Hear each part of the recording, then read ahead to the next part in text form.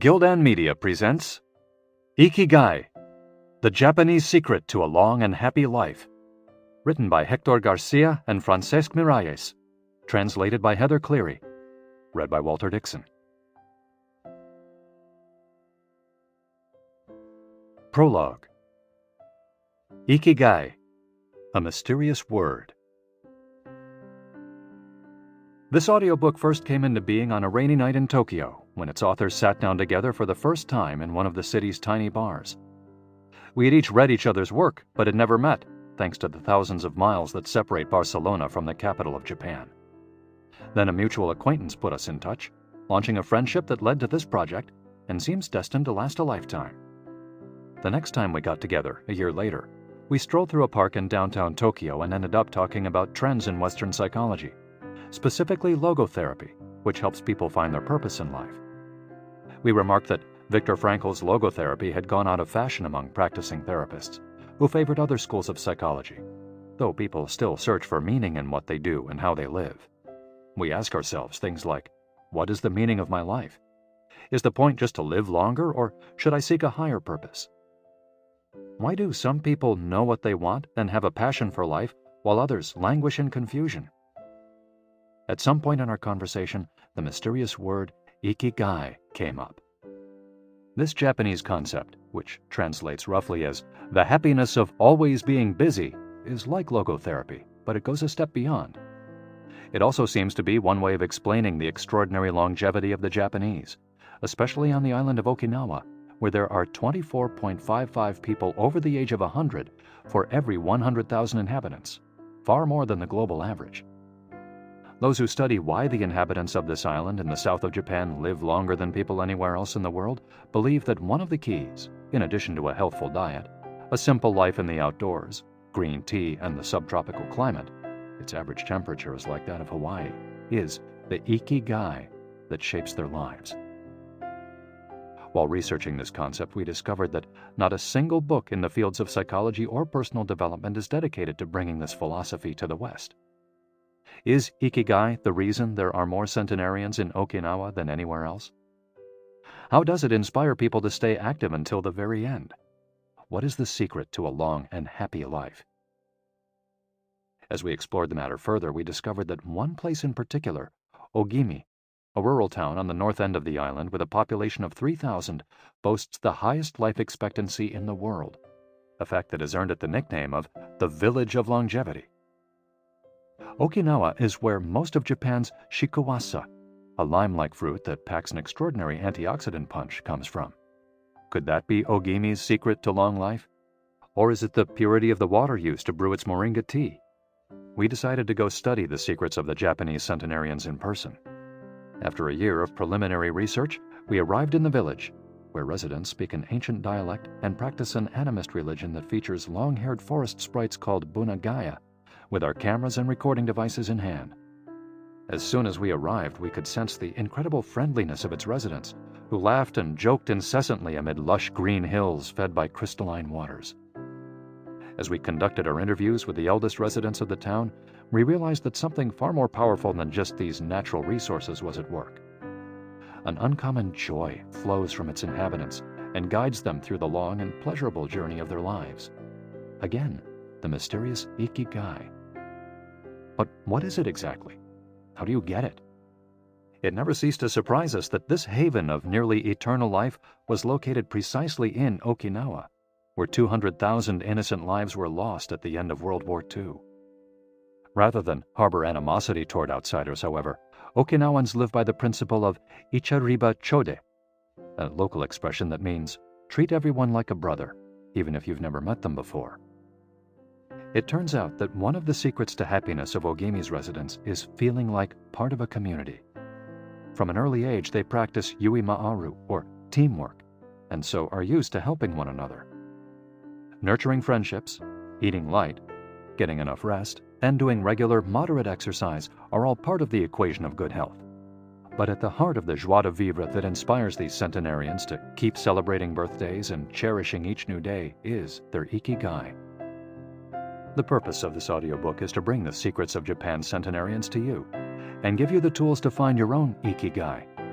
because those who discover their Ikigai have everything they need for a long and joyful journey through life. Happy travels.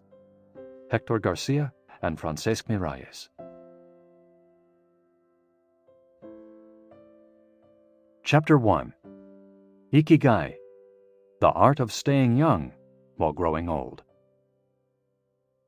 What is your reason for being?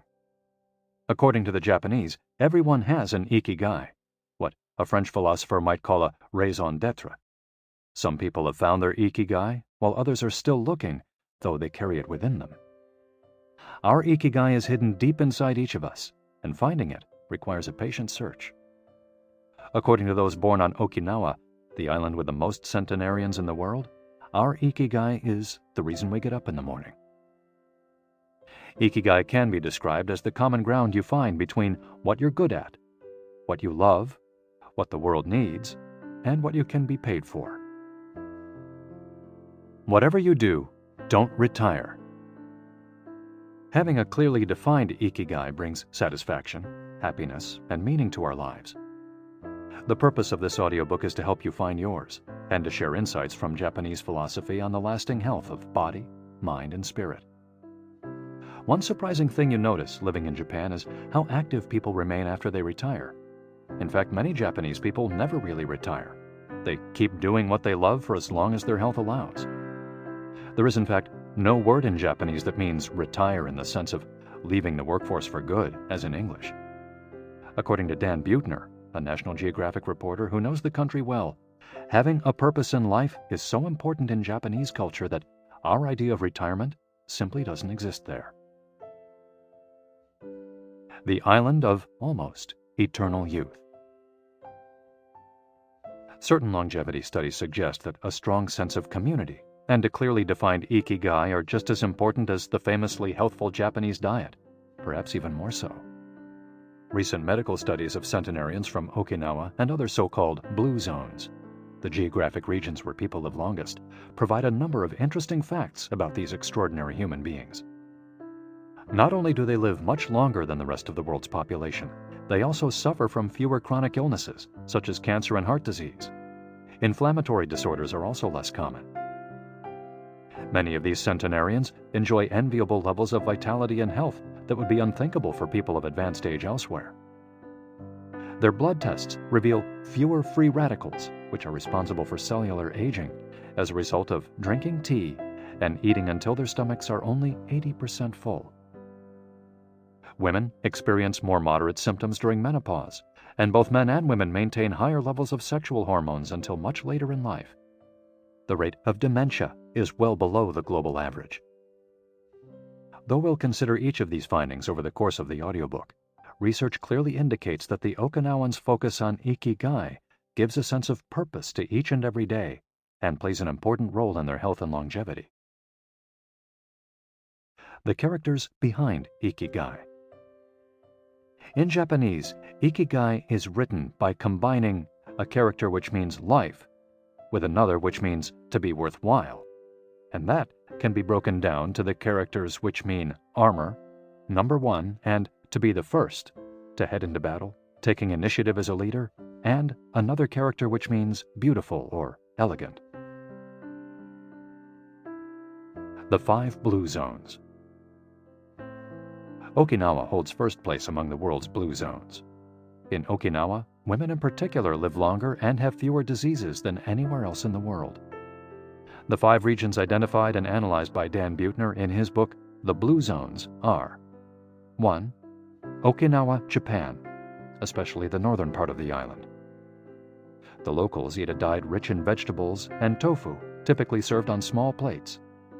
In addition to their philosophy of Ikigai, the moai, or close-knit group of friends, plays an important role in their longevity. 2. Sardinia, Italy, specifically the provinces of Nuoro and Ogliastra.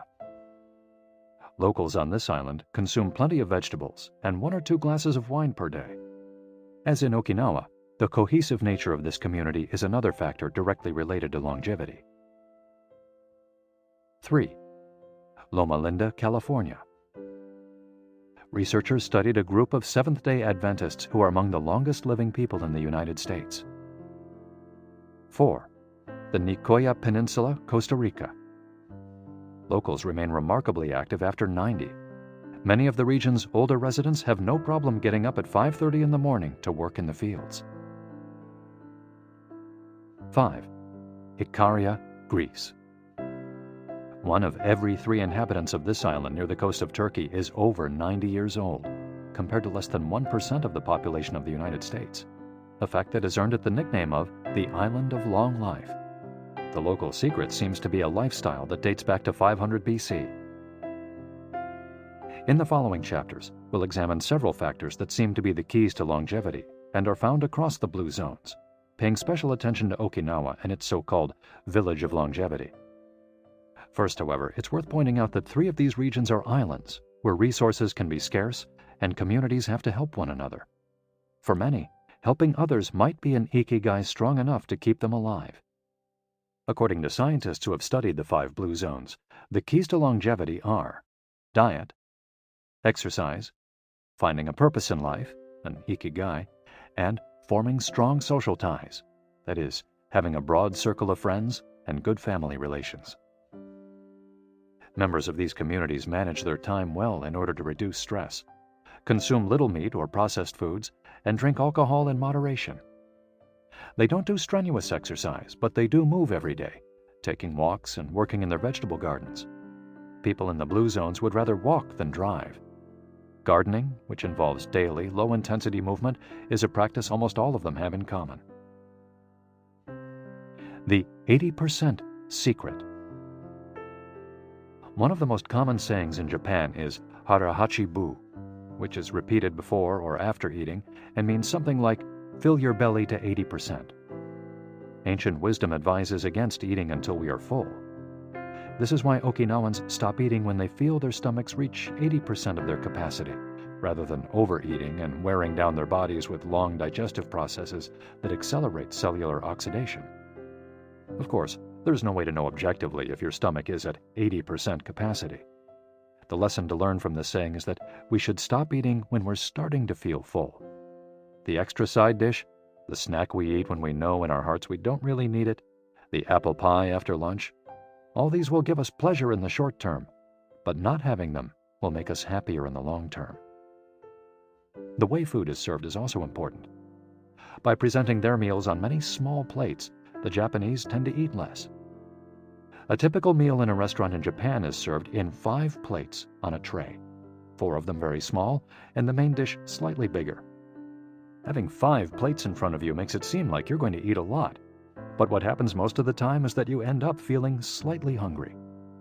This is one of the reasons why Westerners in Japan typically lose weight and stay trim. Recent studies by nutritionists reveal that Okinawans consume a daily average of 1,800 to 1,900 calories, compared to 2,200 to 3,300 in the United States, and have a body mass index between 18 and 22, compared to 26 or 27 in the United States.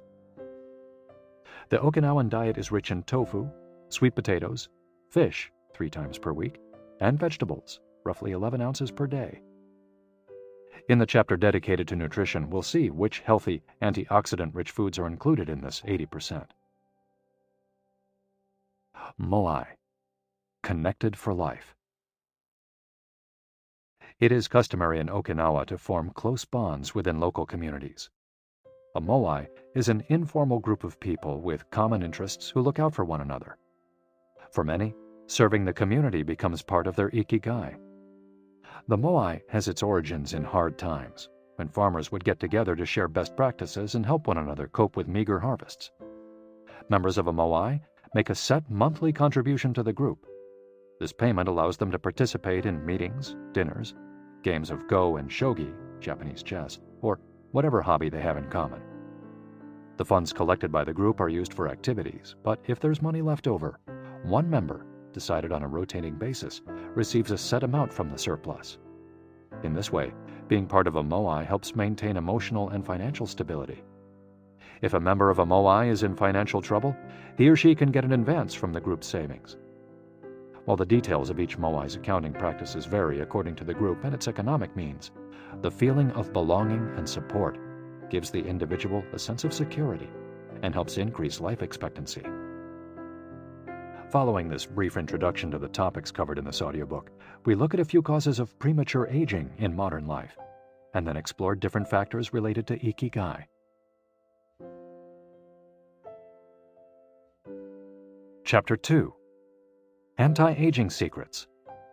Little things that add up to a long and happy life. Aging's escape velocity and the rabbit. Imagine a sign far off in the future with a number on it that represents the age of your death.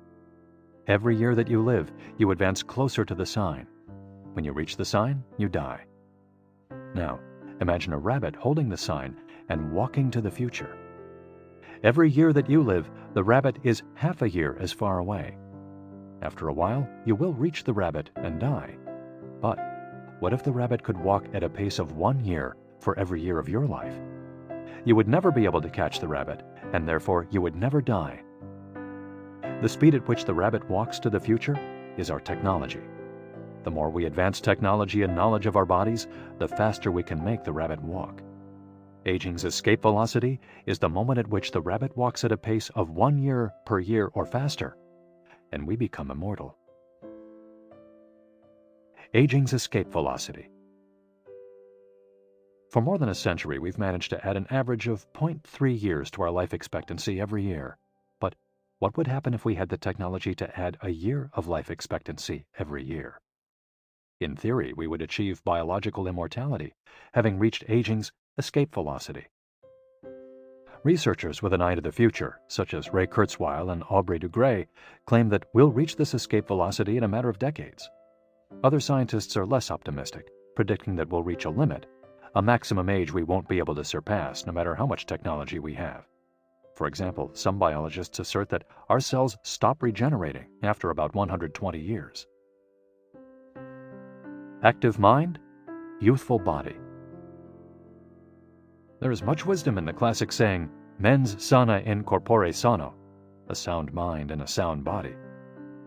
It reminds us that both mind and body are important, and that the health of one is connected to that of the other. It's been shown that maintaining an active, adaptable mind is one of the key factors in staying young.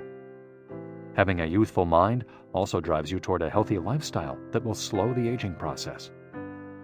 Just as a lack of physical exercise has negative effects on our bodies and mood, a lack of mental exercise is bad for us because it causes our neurons and neural connections to deteriorate, and as a result, reduces our ability to react to our surroundings. This is why it's so important to give your brain a workout. One pioneer in advocating for mental exercise is the Israeli neuroscientist Shlomo Bresnitz, who argues that the brain needs a lot of stimulation in order to stay in shape.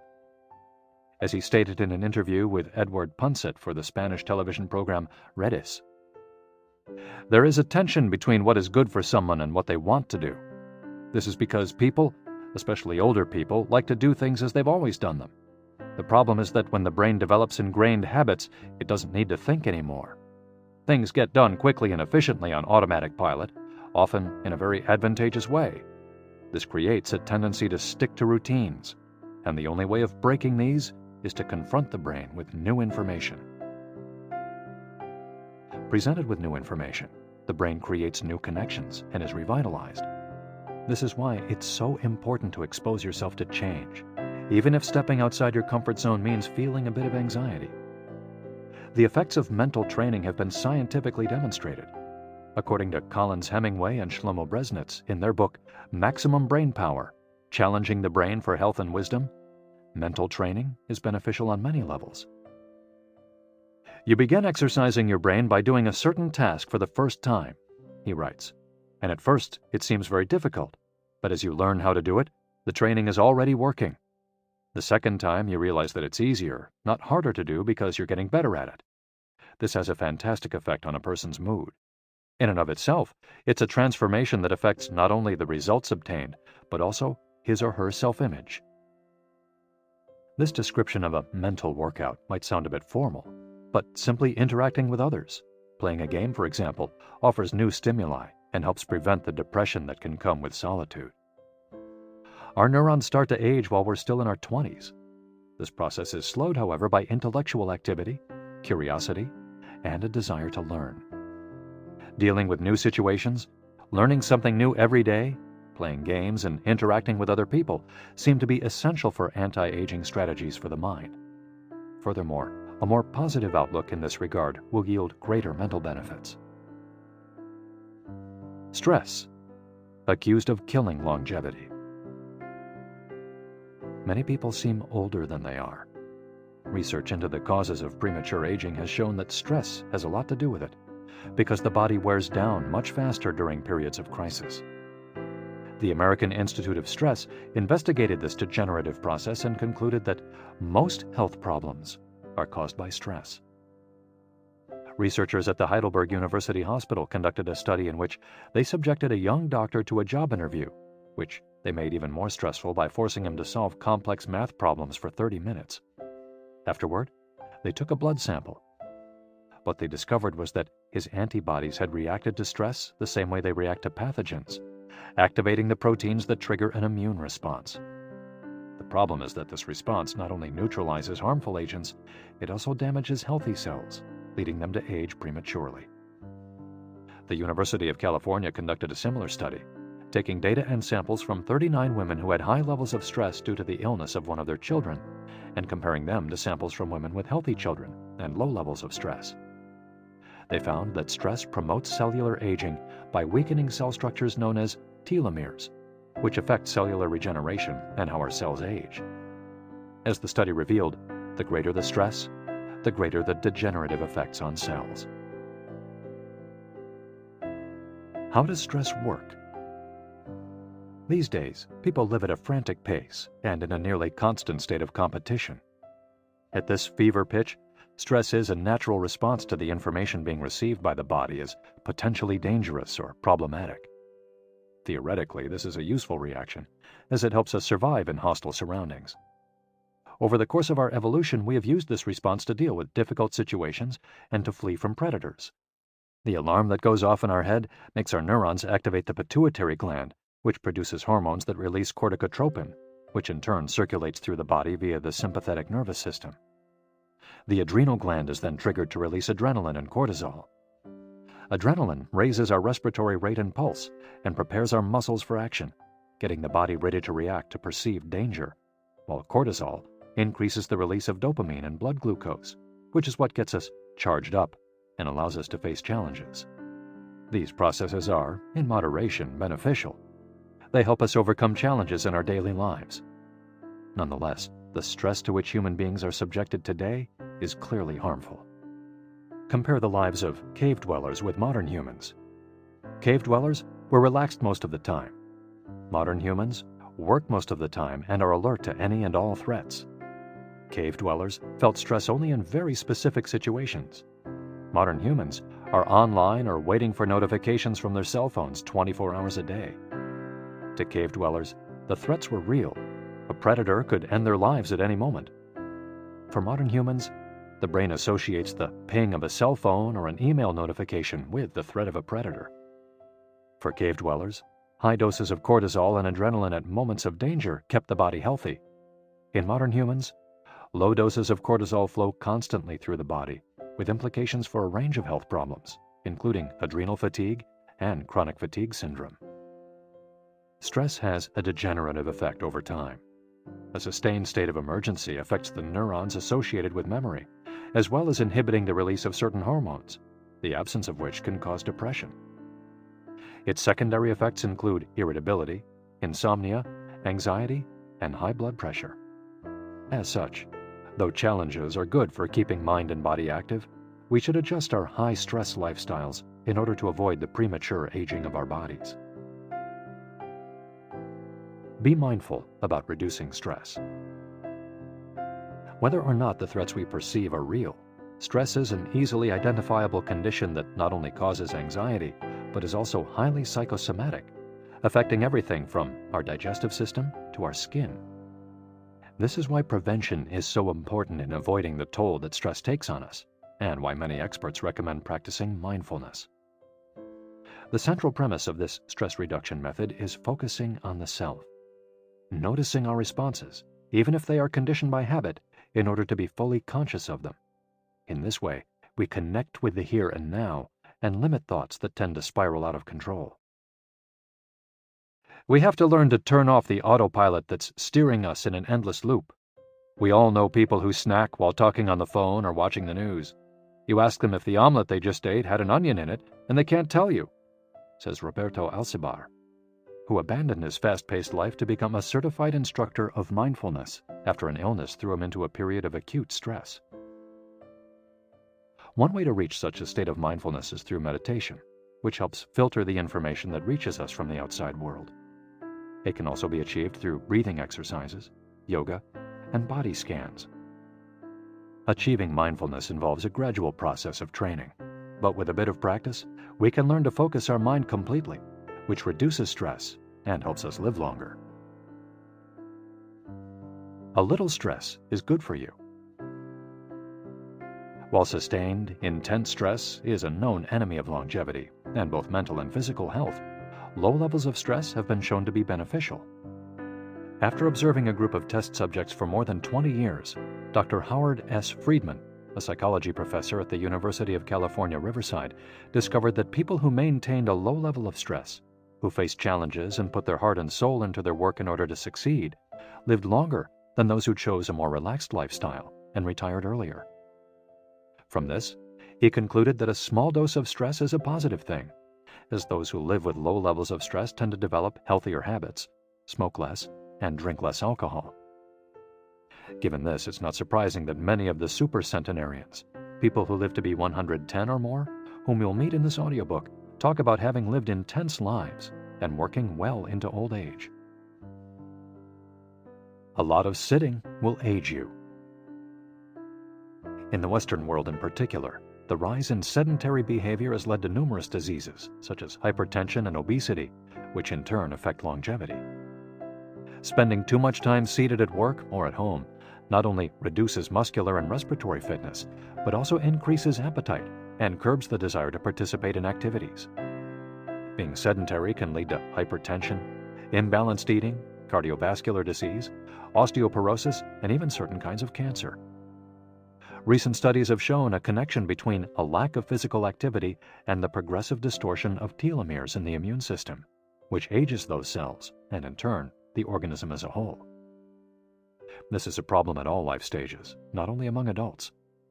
Sedentary children suffer from high rates of obesity and all its associated health issues and risks, which is why it's so important to develop a healthy and active lifestyle at an early age.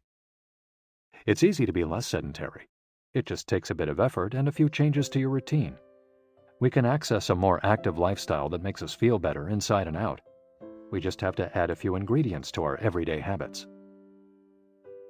Walk to work, or just go on a walk, for at least 20 minutes each day. Use your feet instead of an elevator or escalator. This is good for your posture, your muscles, and your respiratory system, among other things. Participate in social or leisure activities, so that you don't spend too much time in front of the television. Replace your junk food with fruit, and you'll have less of an urge to snack and more nutrients in your system. Get the right amount of sleep. 7 to 9 hours is good, but any more than that makes us lethargic. Play with children or pets, or join a sports team. This not only strengthens the body, but also stimulates the mind and boosts self-esteem.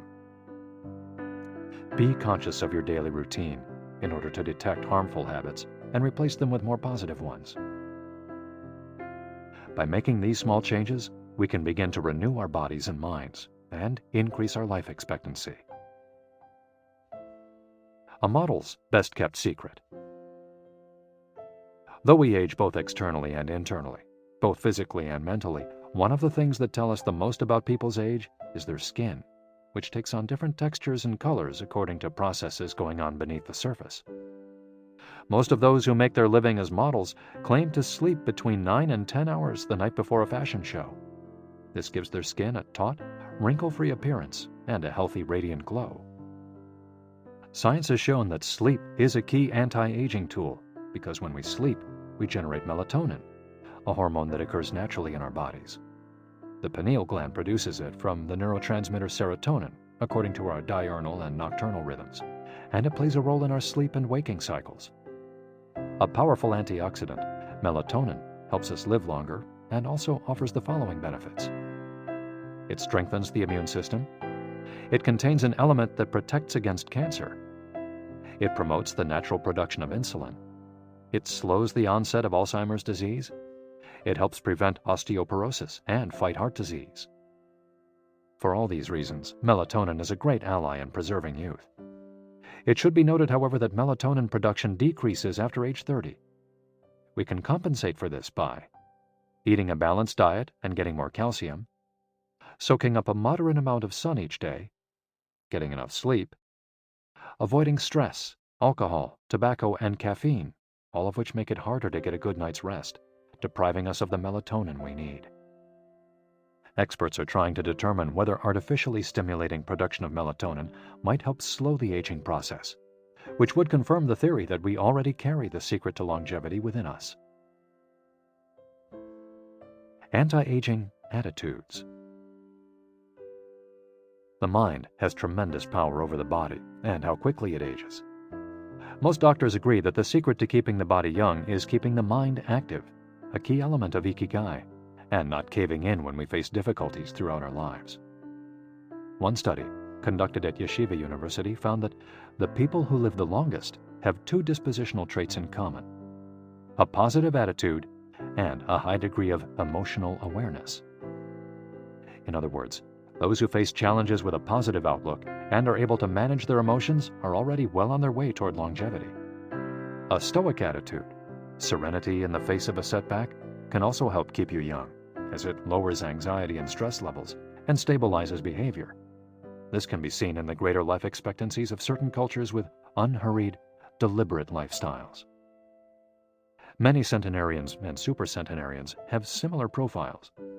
They've had full lives that were difficult at times, but they knew how to approach these challenges with a positive attitude and not be overwhelmed by the obstacles they faced. Alexander Imich, who in 2014 became the world's oldest living man at age 111, knew he had good genes, but understood that other factors contributed too. "The life you live is equally or more important for longevity," he said in an interview with Reuters after being added to Guinness World Records in 2014. An Ode to Longevity. During our stay in Ogimi, the village that holds the Guinness record for longevity, a woman who was about to turn 100 years old sang the following song for us in a mixture of Japanese and the local dialect. "To keep healthy and have a long life, eat just a little of everything with relish. Go to bed early, get up early, and then go out for a walk. We live each day with serenity, and we enjoy the journey. To keep healthy and have a long life, we get on well with all our friends. Spring, summer, fall, winter, we happily enjoy all the seasons. The secret is not to get distracted by how old the fingers are, from the fingers to the head and back once again. If you keep moving with your fingers working, 100 years will come to you." We can now use our fingers to play the next chapter, where we'll look at the close relationship between longevity and discovering our life's mission. Chapter 3. From Logotherapy to Ikigai. How to live longer and better by finding your purpose. What is logotherapy?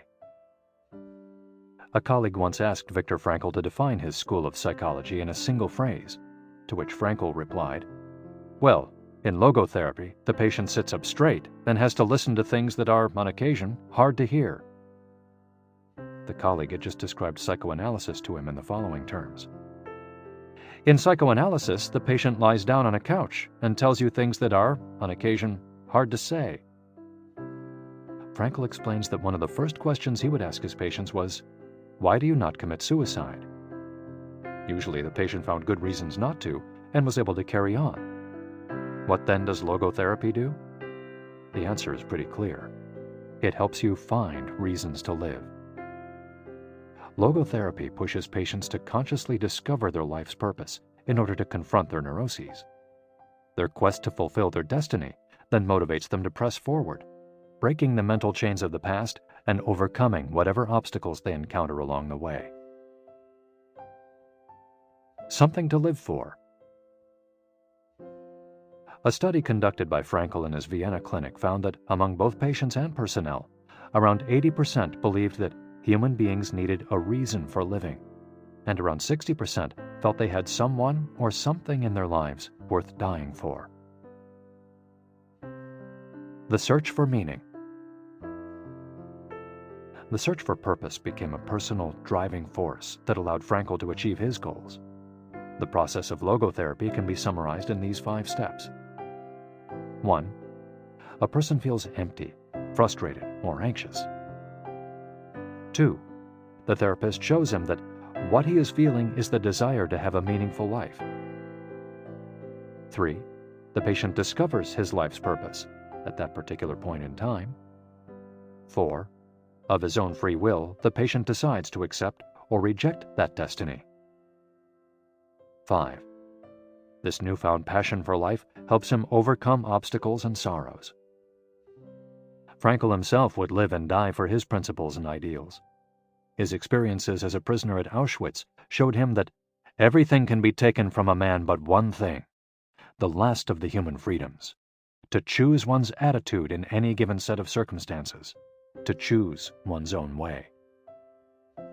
It was something he had to go through alone, without any help, and it inspired him for the rest of his life. 10 differences between psychoanalysis and logotherapy. Psychoanalysis: the patient reclines on a couch like a patient. Logotherapy: the patient sits facing the therapist, who guides him or her without passing judgment. Psychoanalysis is retrospective, it looks to the past. Logotherapy looks toward the future. Psychoanalysis is introspective, it analyzes neuroses. Logotherapy does not delve into the patient's neuroses. In psychoanalysis, the drive is toward pleasure. In logotherapy, the drive is toward purpose and meaning.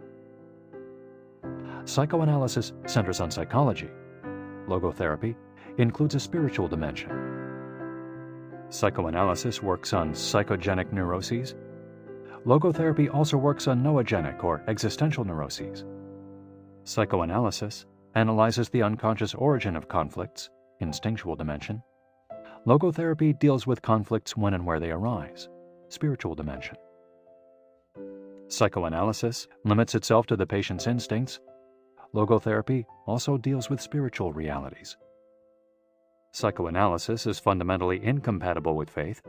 Logotherapy is compatible with faith. Psychoanalysis seeks to reconcile conflicts and satisfy impulses and instincts. Logotherapy seeks to help the patient find meaning in his life and satisfy his moral principles. Fight for yourself. Existential frustration arises when our life is without purpose or when that purpose is skewed. In Frankl's view, however, there's no need to see this frustration as an anomaly or a symptom of neurosis. Instead, it can be a positive thing, a catalyst for change. Logotherapy does not see this frustration as mental illness, the way other forms of therapy do, but rather as spiritual anguish, a natural and beneficial phenomenon that drives those who suffer from it to seek a cure, whether on their own or with the help of others, and in so doing, find greater satisfaction in life. It helps them change their own destiny. Logotherapy enters the picture if a person needs help doing this, if he needs guidance in discovering his life's purpose, and later in overcoming conflict so he can keep moving towards his objective. In Man's Search for Meaning, Frankl cites one of Nietzsche's famous aphorisms: "He who has a why to live can bear with almost any how." Based on his own experience, Frankl believed that our health depends on that natural tension that comes from comparing what we've accomplished so far with what we'd like to achieve in the future.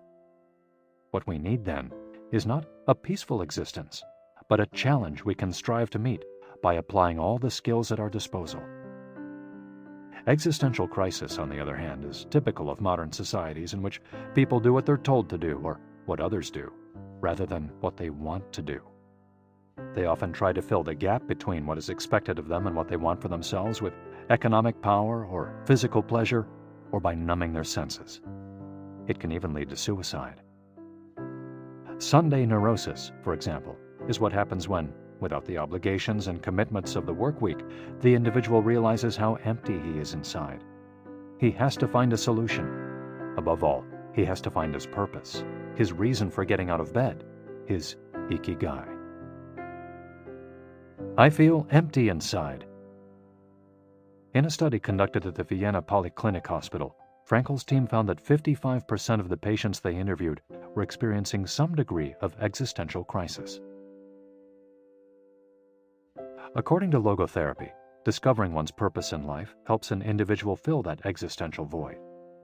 Frankel, a man who faced his problems and turned his objectives into actions, could look back on his life in peace as he grew old. He did not have to envy those still enjoying their youth, because he had amassed a broad set of experiences that showed he had lived for something. Better living through logotherapy. A few key ideas. We don't create the meaning of our life, as Sartre claimed. We discover it. We each have a unique reason for being, which can be adjusted or transformed many times over the years. Just as worry often brings about precisely the thing that was feared, excessive attention to a desire, or hyperintention, can keep that desire from being fulfilled. Humor can help break negative cycles and reduce anxiety. We all have the capacity to do noble or terrible things. The side of the equation we end up on depends on our decisions, not on the condition in which we find ourselves. In the following case studies, we'll look at 4 cases from Frankel's own practice in order to better understand the search for meaning and purpose. Case study: Viktor Frankl. In German concentration camps, as in those that would later be built in Japan and Korea, psychiatrists confirmed that the prisoners with the greatest chance of survival were those who had things they wanted to accomplish outside the camp, those who felt a strong need to get out of there alive. This was true of Frankl, who, after being released and successfully developing the school of logotherapy, realized he had been the first patient of his own practice. Frankl had a goal to achieve, and it made him persevere. He arrived at Auschwitz carrying a manuscript that contained all the theories and research he compiled over the course of his career, ready for publication. When it was confiscated, he felt compelled to write it all over again. And that need drove him, and gave his life meaning amid the constant horror and doubt of the concentration camp. So much so that over the years, and especially when he fell ill with typhus, he would jot down fragments and key words from the lost work on any scrap of paper he found. Case study: The American Diplomat. An important North American diplomat went to Frankl to pick up where he left off with a course of treatment he had started 5 years earlier in the United States.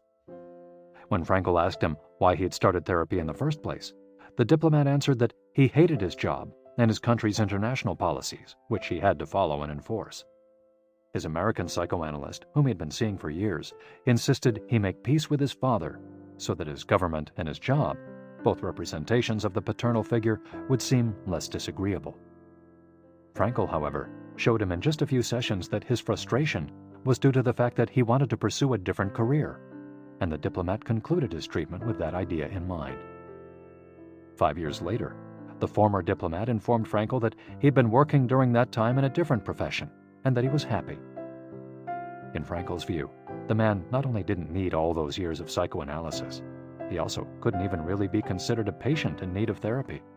He was simply someone in search of a new life's purpose.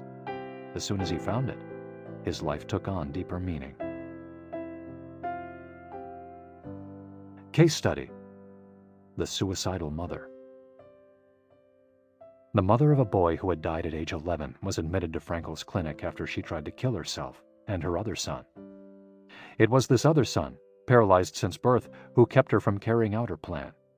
He did believe his life had a purpose, and if his mother killed them both, it would keep him from achieving his goals. The woman shared her story in a group session. To help her, Frankl asked another woman to imagine a hypothetical situation in which she lay on her deathbed, old and wealthy, but childless. The woman insisted that, in that case, she would have felt her life had been a failure.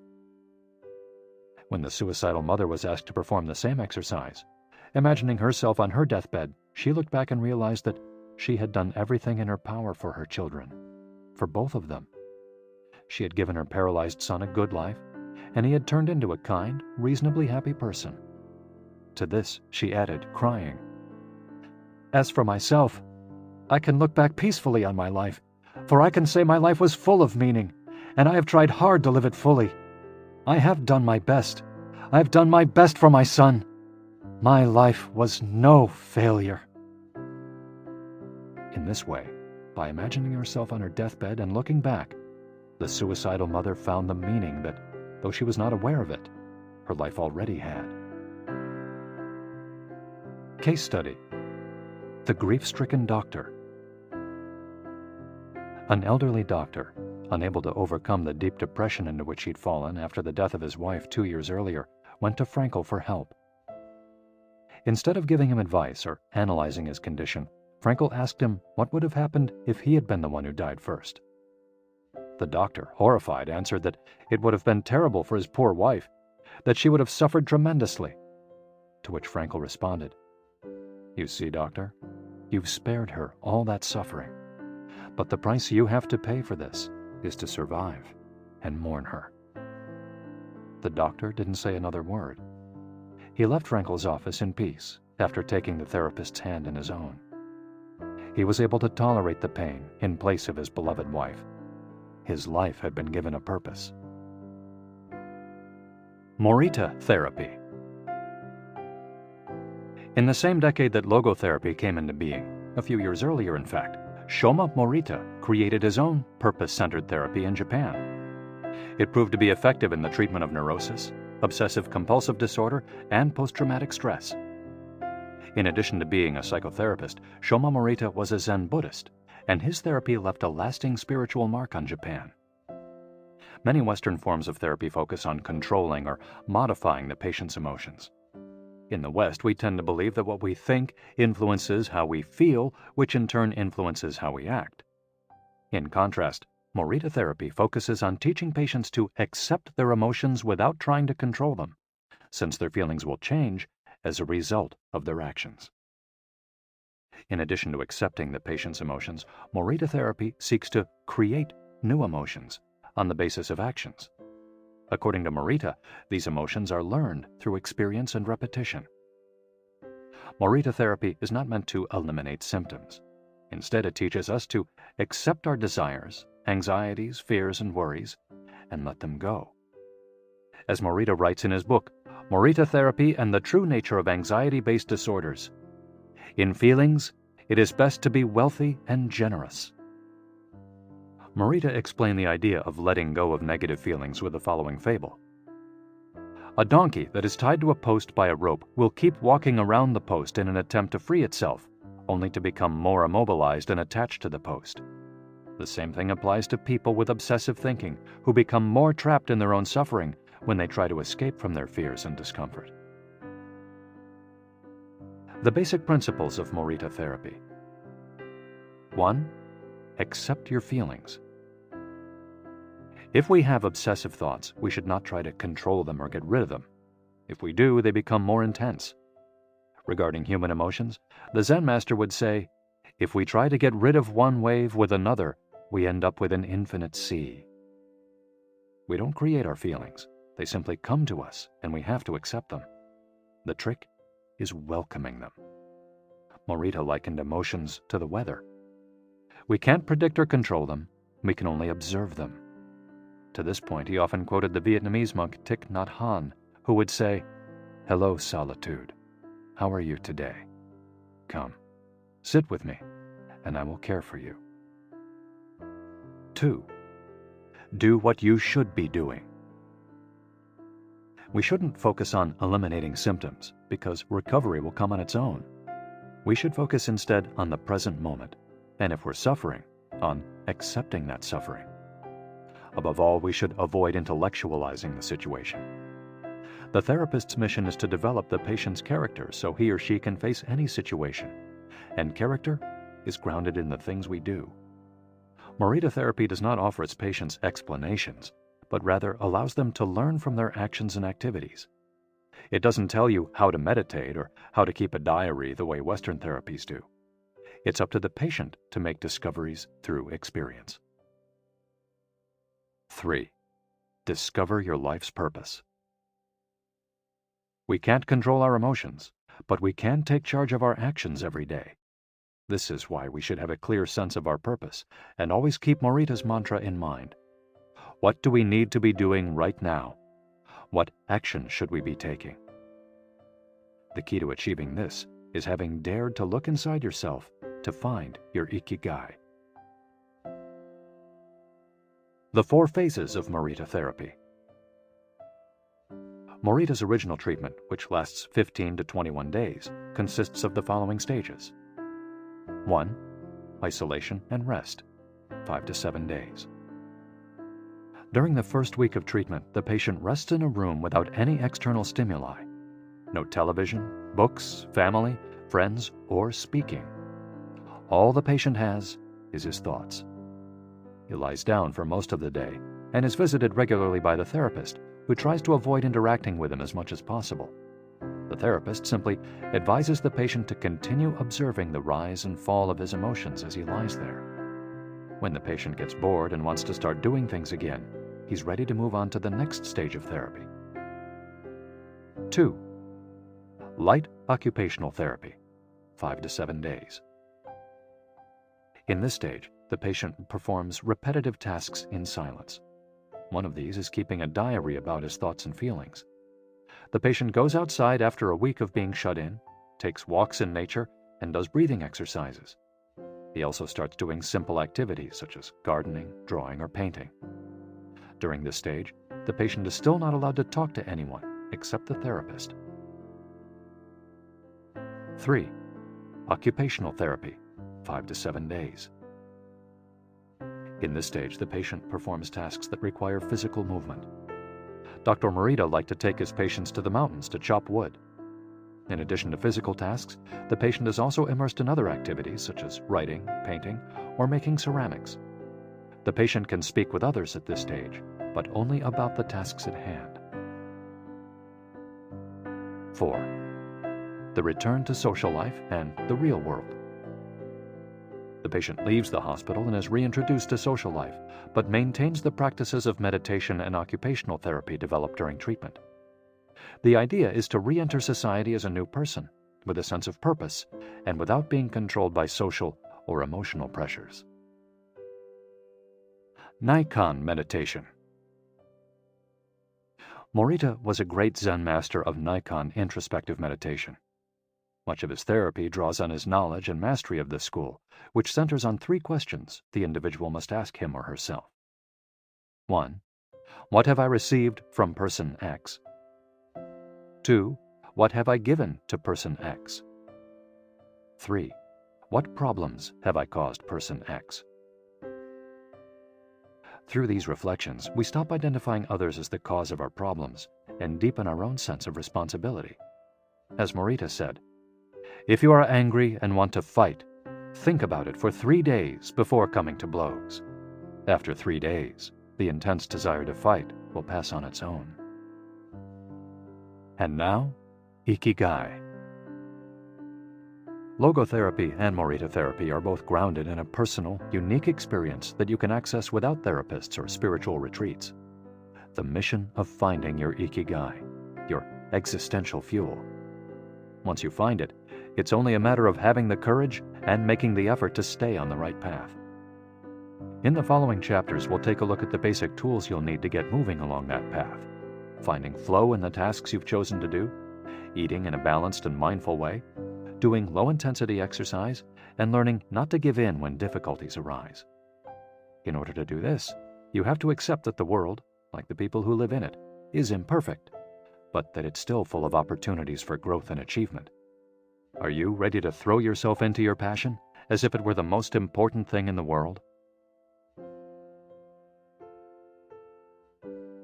Chapter 4. Find flow in everything you do. How to turn work and free time into spaces for growth.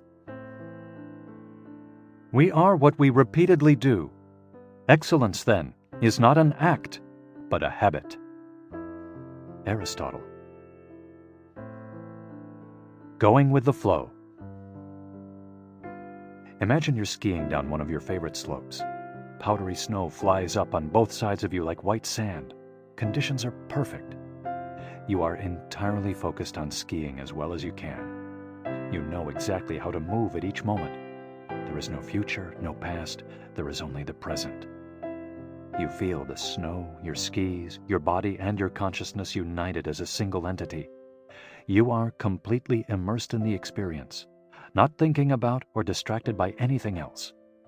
Your ego dissolves, and you become part of what you're doing. This is the kind of experience Bruce Lee described with his famous, "Be water, my friend." We've all felt our sense of time vanish when we lose ourselves in an activity we enjoy. We start cooking, and before we know it, several hours have passed. We spend an afternoon with a book and forget about the world going by until we notice the sunset and realize we haven't eaten dinner. We go surfing and don't realize how many hours we've spent in the water until the next day when our muscles ache. The opposite can also happen. When we have to complete a task we don't want to do, every minute feels like a lifetime, and we can't stop looking at our watch. As the quip attributed to Einstein goes, "Put your hand on a hot stove for a minute, and it seems like an hour. Sit with a pretty girl for an hour, and it seems like a minute." That is relativity. The funny thing is that someone else might really enjoy the same task, but we want to finish as quickly as possible. What makes us enjoy doing something so much that we forget about whatever worries we might have while we do it? When are we happiest? These questions can help us discover our Ikigai. The power of flow. These questions are also at the heart of psychologist Mihai Csikszentmihalyi's research into the experience of being completely immersed in what we're doing. Csikszentmihalyi called this state flow and described it as the pleasure, delight, creativity, and process when we are completely immersed in life. There is no magic recipe for finding happiness, for living according to your Ikigai, but one key ingredient is the ability to reach this state of flow, and through this state, have an optimal experience. In order to achieve this optimal experience, we have to focus on increasing the time we spend on activities that bring us to this state of flow, rather than allowing ourselves to get caught up in activities that offer immediate pleasure, like eating too much, abusing drugs or alcohol, or stuffing ourselves with chocolate in front of the TV. As Csikszentmihalyi asserts in his book, Flow, The Psychology of Optimal Experience, flow is the state in which people are so involved in an activity that nothing else seems to matter. The experience itself is so enjoyable that people will do it, even at great cost, for the sheer sake of doing it. It's not only creative professionals who require the high doses of concentration that promote flow. Most athletes, chess players, and engineers also spend much of their time on activities that bring them to this state.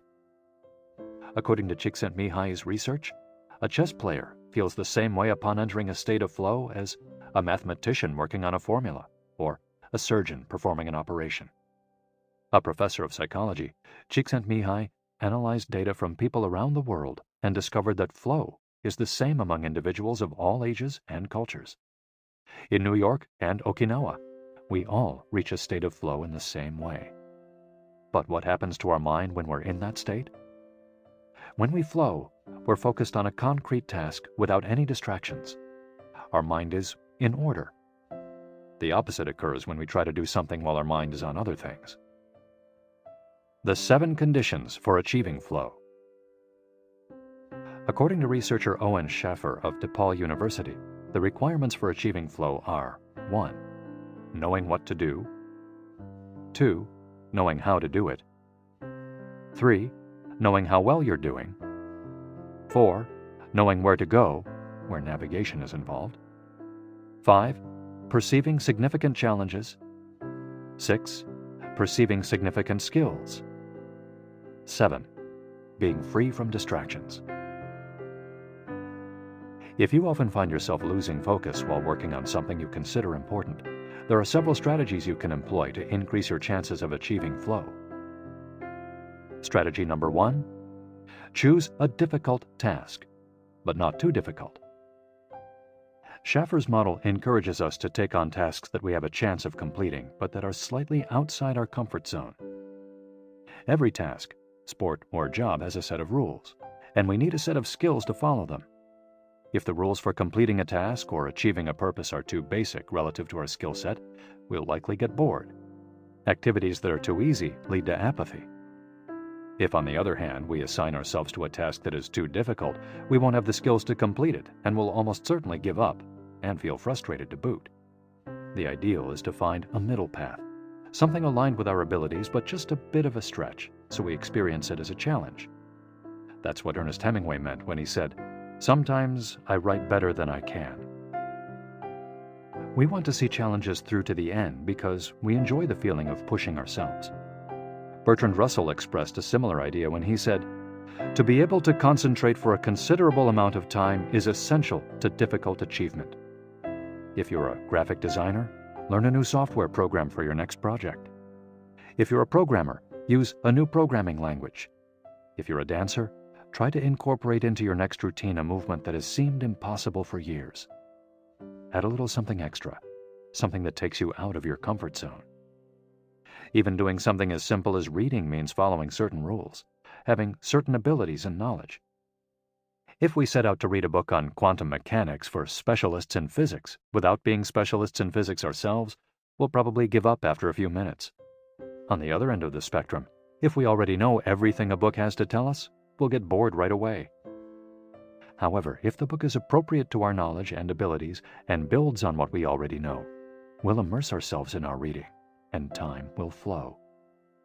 This pleasure and satisfaction are evidence that we are in tune with our Ikigai. In summary, easy tasks lead to boredom, challenging tasks lead to flow, tasks beyond our abilities lead to anxiety. Strategy 2: have a clear, concrete objective.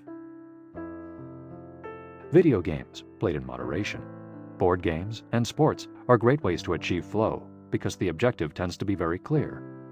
Beat your rival or your own record while following a set of explicitly defined rules. Unfortunately, the objective isn't quite as clear in most situations. According to a study by Boston Consulting Group, when asked about their bosses, the #1 complaint of employees at multinational corporations is that they don't communicate the team's mission clearly, and that as a result, the employees don't know what their objectives are. What often happens, especially in big companies, is that the executives get lost in the details of obsessive planning, creating strategies to hide the fact that they don't have a clear objective. It's like heading out to sea with a map, but no destination. It's much more important to have a compass pointing to a concrete objective than to have a map. Joy Ito, director of the MIT Media Lab, encourages us to use the principle of compass over maps as a tool to navigate our world of uncertainty. In the book Whiplash: How to Survive Our Faster Future, he and Jeff Howe write, "In an increasingly unpredictable world moving ever more quickly, a detailed map may lead you deep into the woods at an unnecessarily high cost. A good compass, though, will always take you where you need to go. It doesn't mean that you should start your journey without any idea where you're going. What it does mean is understanding that while the path to your goal may not be straight, you'll finish faster and more efficiently than you would have if you had trudged along a pre-planned route." In business, the creative professions, and education alike, it's important to reflect on what we hope to achieve before starting to work, study, or make something. We should ask ourselves questions such as, what is my objective for today's session in the studio? How many words am I going to write today for the article coming out next month? What is my team's mission? How fast will I set the metronome tomorrow in order to play that sonata at an allegro tempo by the end of the week? Having a clear objective is important in achieving flow, but we also have to know how to leave it behind when we get down to business. Once the journey has begun, we should keep this objective in mind without obsessing over it. When Olympic athletes compete for a gold medal, they can't stop to think how pretty the medal is. They have to be present in the moment. They have to flow. If they lose focus for a second, thinking how proud they'll be to show the medal to their parents, they'll almost certainly commit an error at a critical moment and will not win the competition. One common example of this is writer's block. Imagine that a writer has to finish a novel in 3 months. The objective is clear. The problem is that the writer can't stop obsessing over it. Every day she wakes up thinking, I have to write that novel. And every day she sets about reading the newspaper and cleaning the house. Every evening she feels frustrated and promises she'll get to work the next day. Days, weeks, and months pass, and the writer still hasn't gotten anything down on the page, when all it would have taken was to sit down and get that first word out, then the second, to flow with the project, expressing her Ikigai. As soon as you take these first small steps, your anxiety will disappear and you'll achieve a pleasant flow in the activity you're doing. Getting back to Albert Einstein, a happy man is too satisfied with the present to dwell on the future. To summarize, a vague objective leads to confusion, time and energy wasted on meaningless tasks, and mental block. A clearly defined objective and a focus on process leads to flow. And obsessive desire to achieve a goal while ignoring process leads to a fixation on the objective rather than on getting down to business, and mental block. Strategy 3. Concentrate on a single task. This is perhaps one of the greatest obstacles we face today, with so much technology and so many distractions. We're listening to a video on YouTube while writing an email when suddenly a chat prompt pops up and we answer it. Then our smartphone vibrates in our pocket. Just as soon as we respond to that message, we're back at our computer logging onto Facebook. Pretty soon, 30 minutes have passed, and we've forgotten what the email we were writing was supposed to be about. This also happens sometimes when we put on a movie with dinner and don't realize how delicious the salmon was until we're taking the last bite. We often think that combining tasks will save us time, but scientific evidence shows that it has the opposite effect. Even those who claim to be good at multitasking are not very productive. In fact, they are some of the least productive people. Our brains can take in millions of bits of information, but we can only actually process a few dozen per second. When we say we're multitasking, what we're really doing is switching back and forth between tasks very quickly. Unfortunately, we're not computers adept at parallel processing. We end up spending all our energy alternating between tasks instead of focusing on doing one of them well. Concentrating on one thing at a time may be the single most important factor in achieving flow. According to Csikszentmihalyi, in order to focus on a task, we need 1. To be in a distraction-free environment, and 2. To have control over what we're doing at every moment. Technology is great if we're in control of it. It's not so great if it takes control of us. For example, if you have to write a research paper, you might sit down at your computer and use Google to look up the information you need. However, if you're not very disciplined, you might end up surfing the web instead of writing that paper. In that case, Google and the internet will have taken over, pulling you out of your state of flow. It has been scientifically shown that if we continually ask our brains to switch back and forth between tasks, we waste time, make more mistakes, and remember less of what we've done. Several studies conducted at Stanford University by Clifford Ivar Nass describe our generation as suffering from an epidemic of multitasking. One such study analyzed the behavior of hundreds of students, dividing them into groups based on the number of things they tended to do at once. The students who were the most addicted to multitasking typically alternated among more than 4 tasks. For example, taking notes while reading a textbook, listening to a podcast, answering messages on their smartphone, and sometimes checking their Twitter timeline. Each group of students was shown a screen with several red and several blue arrows. The objective of the exercise was to count the red arrows. At first, all the students answered correctly right away, without much trouble. As the number of blue arrows increased, the number of red arrows stayed the same, only their position changed, however. The students accustomed to multitasking had serious trouble counting the red arrows in the time allotted, or as quickly as the students who did not habitually multitask, for one very simple reason. They got distracted by the blue arrows. Their brains were trained to pay attention to every stimulus, regardless of its importance, while the brains of other students were trained to focus on a single task, in this case, counting the red arrows and ignoring the blue ones. Other studies indicate that working on several things at once lowers our productivity by at least 60% and our IQ by more than 10 points. One study funded by the Swedish Council for Working Life and Social Research found that a sample group of more than 4,000 young adults between the ages of 20 and 24 who were addicted to their smartphones got less sleep, felt less connected to their community at school, and were more likely to show signs of depression. In summary, concentrating on a single task makes achieving flow more likely, increases productivity, increases our power of retention, makes us less likely to make mistakes, helps us feel calm and in control of the task at hand, causes us to become more considerate as we pay full attention to those around us, and increases creativity.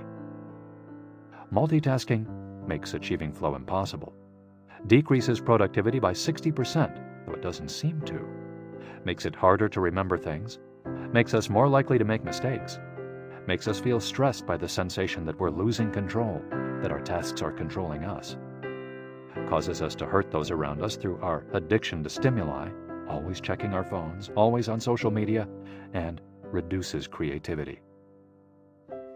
What can we do to avoid falling victim to this flow-impeding epidemic? How can we train our brains to focus on a single task?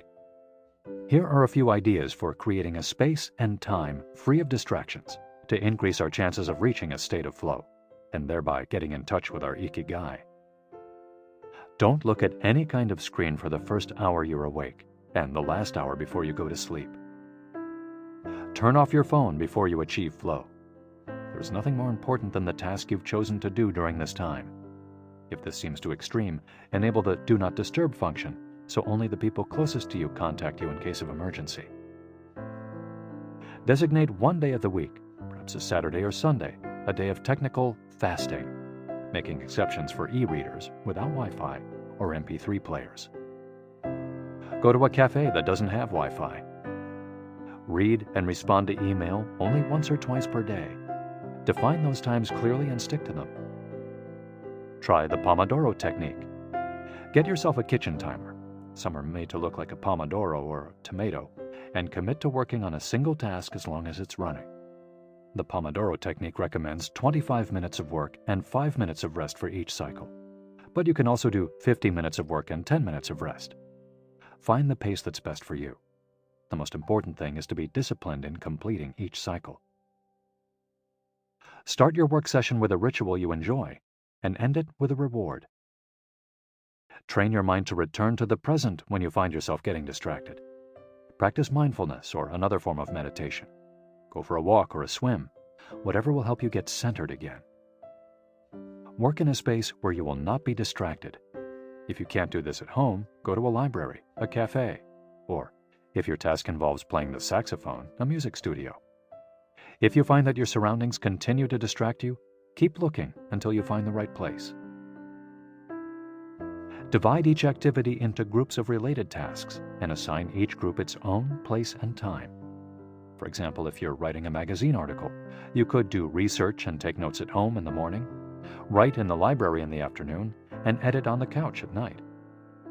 Bundle routine tasks, such as sending out invoices, making phone calls, and so on, and do them all at once.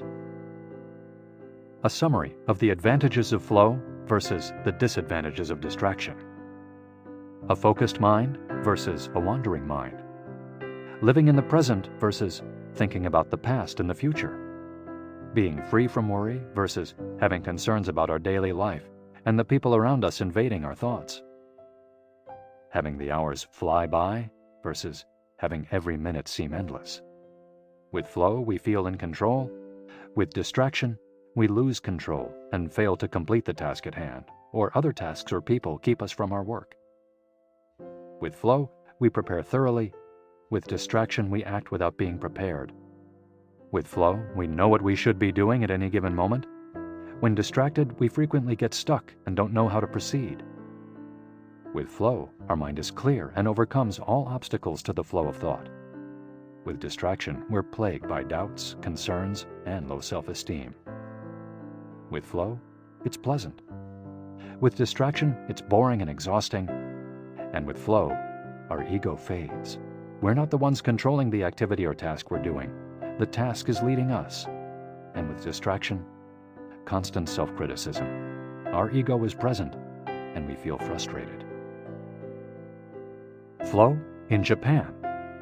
Takumis, engineers, geniuses, and otakus. What do takumis, artisans, engineers, inventors, and otakus, fans of anime and manga, have in common? They all understand the importance of flowing with their Ikigai at all times. One widespread stereotype about people in Japan is that they're exceptionally dedicated and hardworking, even though some Japanese people say they look like they're working harder than they really are. There is no doubt, though, about their ability to be completely absorbed in a task, or about their perseverance when there's a problem to be solved. One of the first words one learns when starting Japanese lessons is ganbaru, which means to persevere, or to stay firm by doing one's best. Japanese people often apply themselves to even the most basic tasks with an intensity that borders on obsession. We see this in all kinds of contexts, from the retirees taking meticulous care of their rice fields in the mountains of Nagano, to the college students working the weekend shift in convenience stores known as konbinis. If you go to Japan, you'll experience this attention to detail firsthand in almost every transaction. Walk into one of the stores that sell handcrafted objects in Naha, Kanazawa, or Kyoto, and you'll also discover that Japan is a treasure trove of traditional craftwork.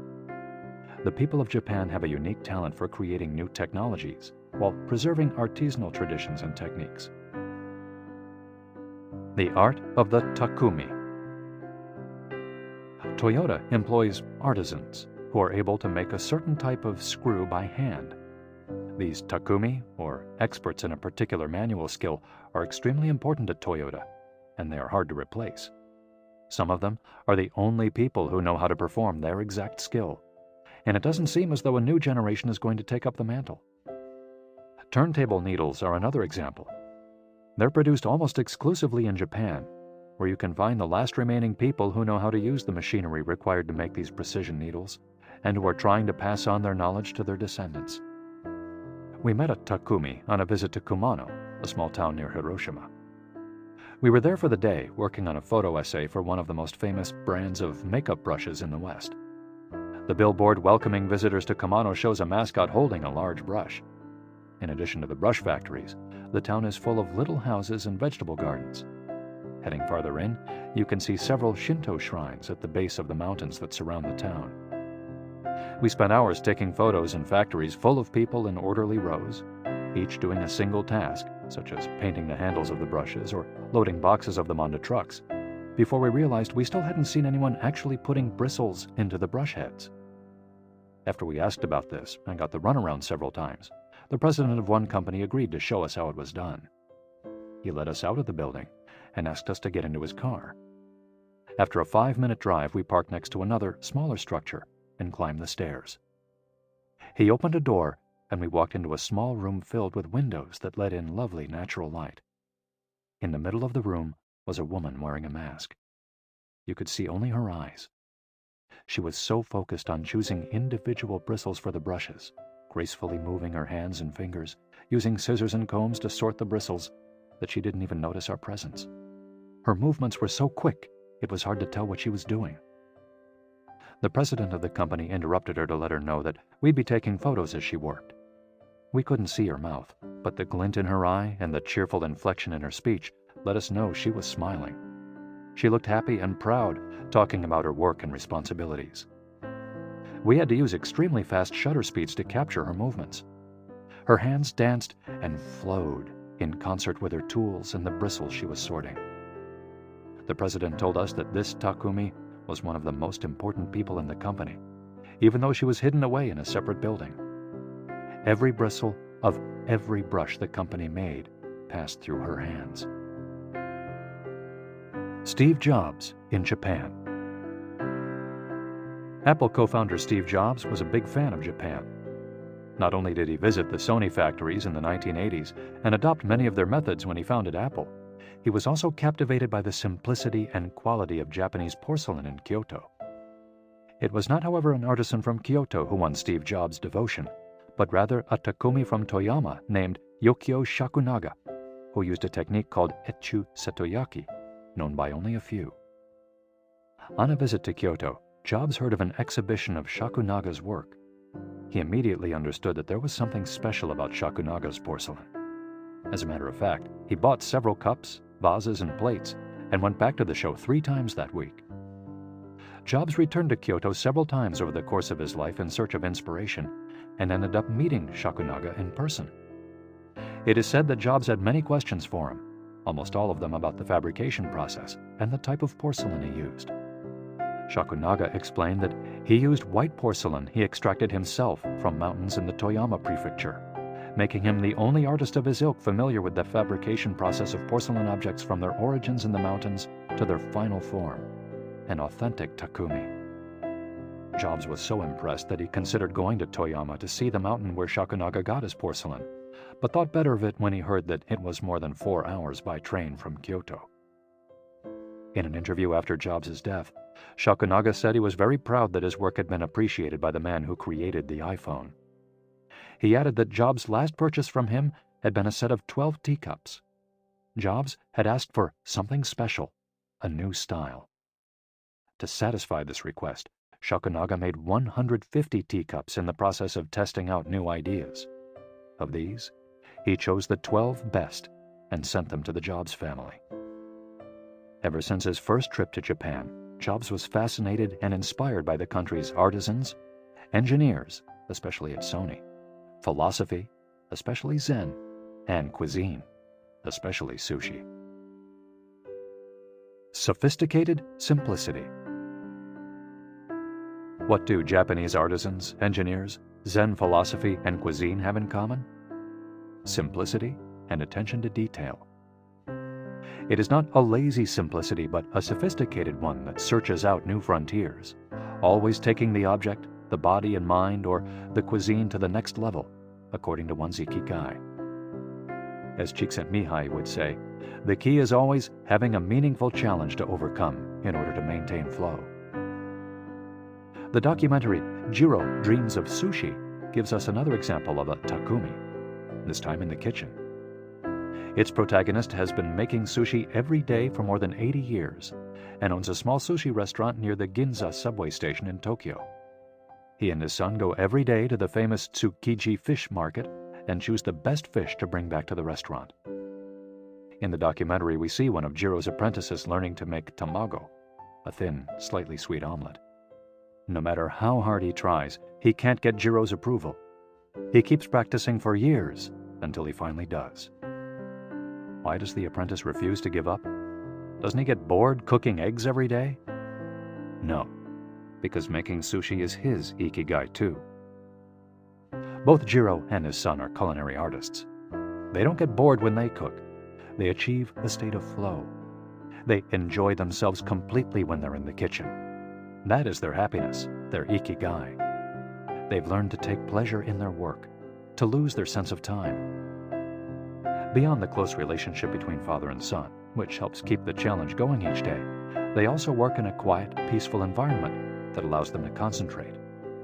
Even after receiving a 3-star rating from Michelin, they never considered opening other locations or expanding the business. They serve just 10 patrons at a time at the bar of their small restaurant. Jiro's family isn't looking to make money.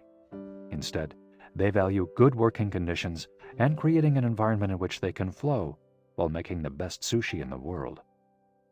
Jiro, like Yukio Shakunaga, begins his work at the source. He goes to the fish market to find the best tuna. Shakunaga goes to the mountains to find the best porcelain.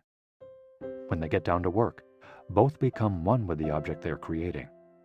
This unity with the object that they reach in a state of flow takes on special meaning in Japan, where, according to Shintoism, forests, trees, and objects have a kami, spirit or god within them. When someone, whether an artist, an engineer, or a chef, sets out to create something, his or her responsibility is to use nature to give it life, while respecting that nature at every moment. During this process, the artisan becomes one with the object and flows with it. An ironworker would say that metal has a life of its own, just as someone making ceramics would say the clay does. The Japanese are skilled at bringing nature and technology together, not man versus nature, but a union of the two. The purity of Ghibli. There are those who say that the Shinto value of being connected with nature is vanishing. One of the harshest critics of this loss is another artist with a clearly defined Ikigai, Hayao Miyazaki, the director of the animated films produced by Studio Ghibli. In nearly all his films, we see humans, technology, fantasy, and nature in a state of conflict, and in the end, coming together.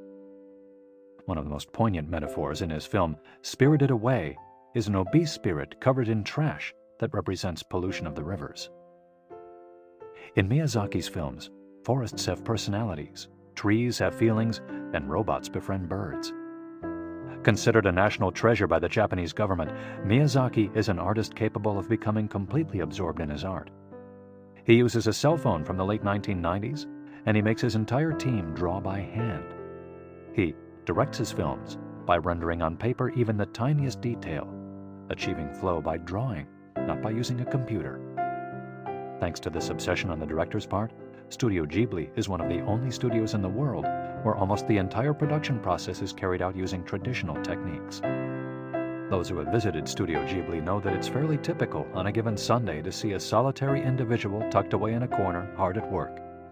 A man in simple clothes who will greet them with an "Ohayo," hello, without looking up. Miyazaki is so passionate about his work that he spends many Sundays in the studio, enjoying the state of flow, putting his Ikigai above all else.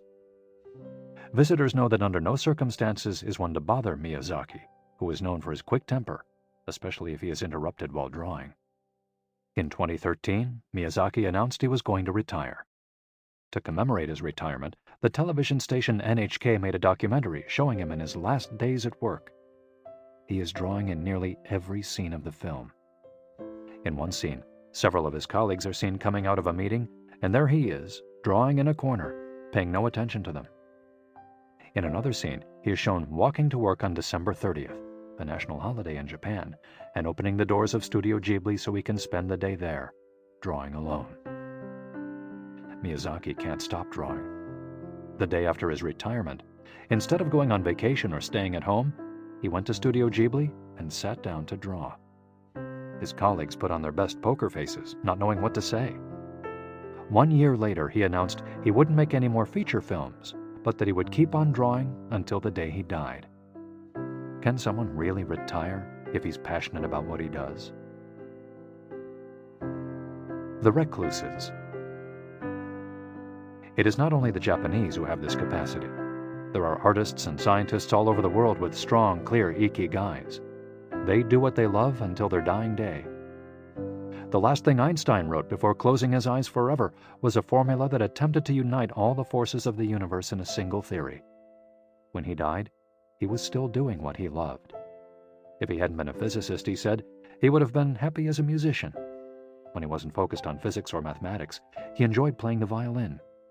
Reaching a state of flow while working on his formulas or playing music, his two ikigais, brought him endless pleasure.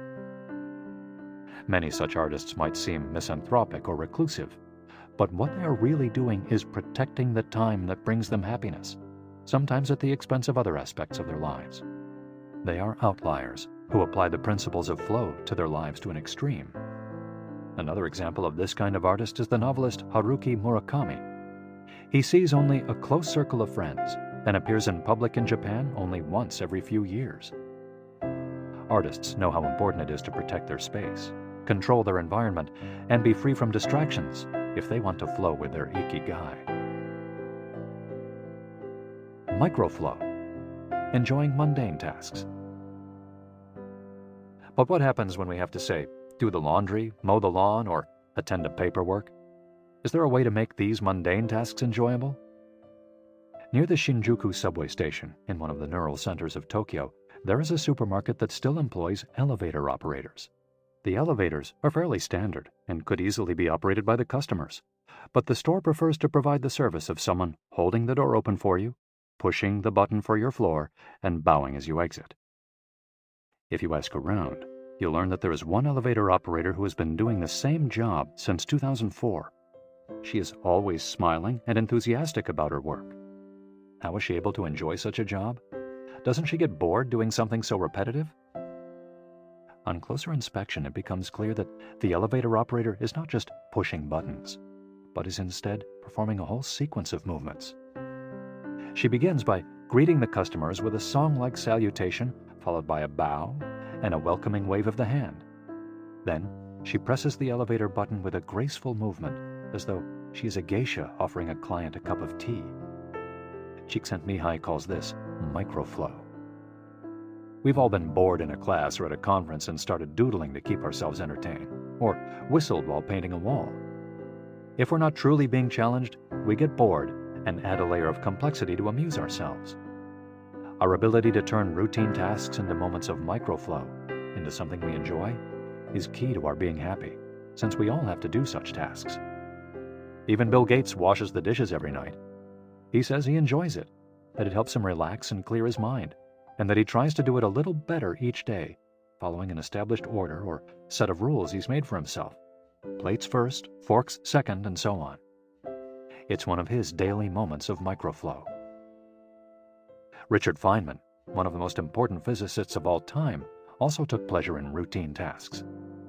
W. Daniel Hillis, one of the founders of the supercomputer manufacturer Thinking Machines, hired Feynman to work on the development of a computer that could handle parallel processing when he was already world famous.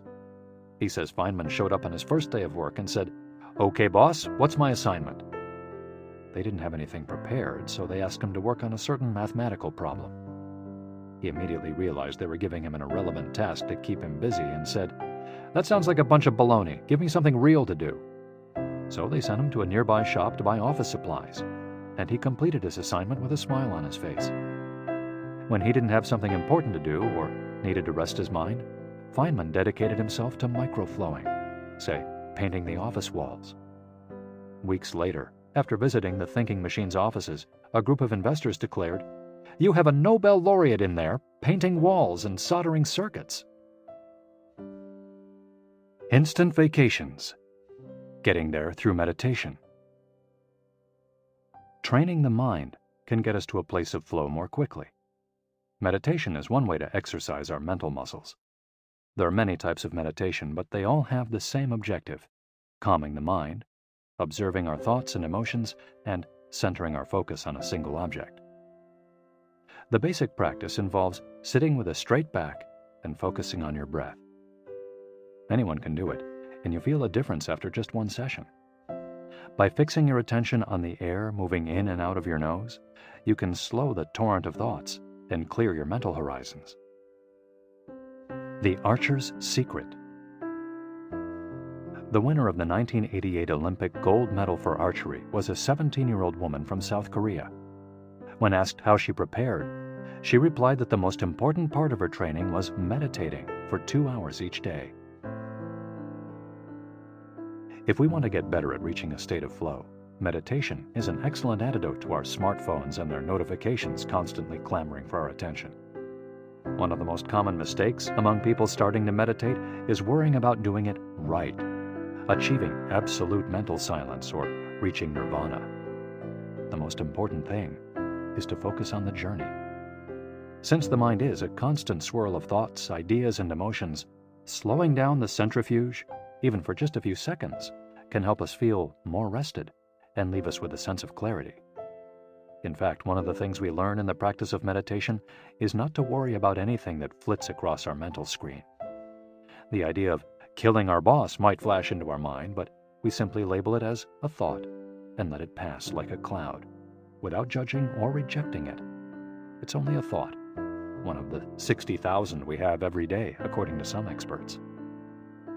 Meditation generates alpha and theta brainwaves. For those experienced in meditation, these waves appear right away, while it might take half an hour for a beginner to experience them. These relaxing brainwaves are the ones that are activated right before we fall asleep, as we lie in the sun or right after taking a hot bath. We all carry a spa with us everywhere we go. It's just a matter of knowing how to get in, something anyone can do with a bit of practice. Humans as ritualistic beings. Life is inherently ritualistic. We could argue that humans naturally follow rituals that keep us busy. In some modern cultures, we've been forced out of our ritualistic lives to pursue goal after goal in order to be seen as successful. But throughout history, humans have always been busy. We were hunting, cooking, farming, exploring, and raising families, activities that were structured as rituals to keep us busy throughout our days. But in an unusual way, rituals still permeate daily life and business practices in modern Japan. The main religions in Japan, Confucianism, Buddhism, and Shintoism, are all ones in which the rituals are more important than absolute rules. When doing business in Japan, process, manners, and how you work on something is more important than the final results. Whether this is good or bad for the economy is beyond the scope of this audiobook. What is indisputable, though, is that finding flow in a ritualistic workplace is much easier than in one in which we are continually stressed out trying to achieve unclear goals set by our bosses. Rituals give us clear rules and objectives, which help us enter a state of flow. When we have only a big goal in front of us, we might feel lost or overwhelmed by it. Rituals help us by giving us the process, the sub-steps on the path to achieving a goal. When confronted with a big goal, try to break it down into parts and then attack each part one by one. Focus on enjoying your daily rituals, using them as tools to enter a state of flow. Don't worry about the outcome. It will come naturally. Happiness is in the doing, not in the result. As a rule of thumb, remind yourself, rituals over goals. The happiest people are not the ones who achieve the most. They're the ones who spend more time than others in a state of flow. Using flow to find your Ikigai. After hearing this chapter, you should have a better idea of which activities in your life make you enter flow. Write all of them on a piece of paper. Then, ask yourself 3 questions. What do the activities that drive you to flow have in common? Why do these activities drive you to flow? For example, are all the activities you most like doing ones that you practice alone or with other people?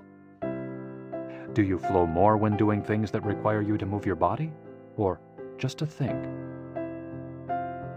In the answers to these questions, you might find the underlying Ikigai that drives your life. If you don't, then keep searching by going deeper into what you like by spending more of your time in the activities that make you flow. Also, try new things that are not on the list of what makes you flow, but that are similar and that you're curious about. For example, if photography is something that drives you into flow, you could also try painting.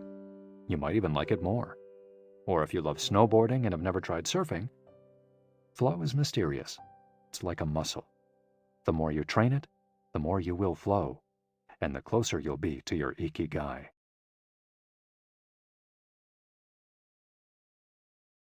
Chapter 5.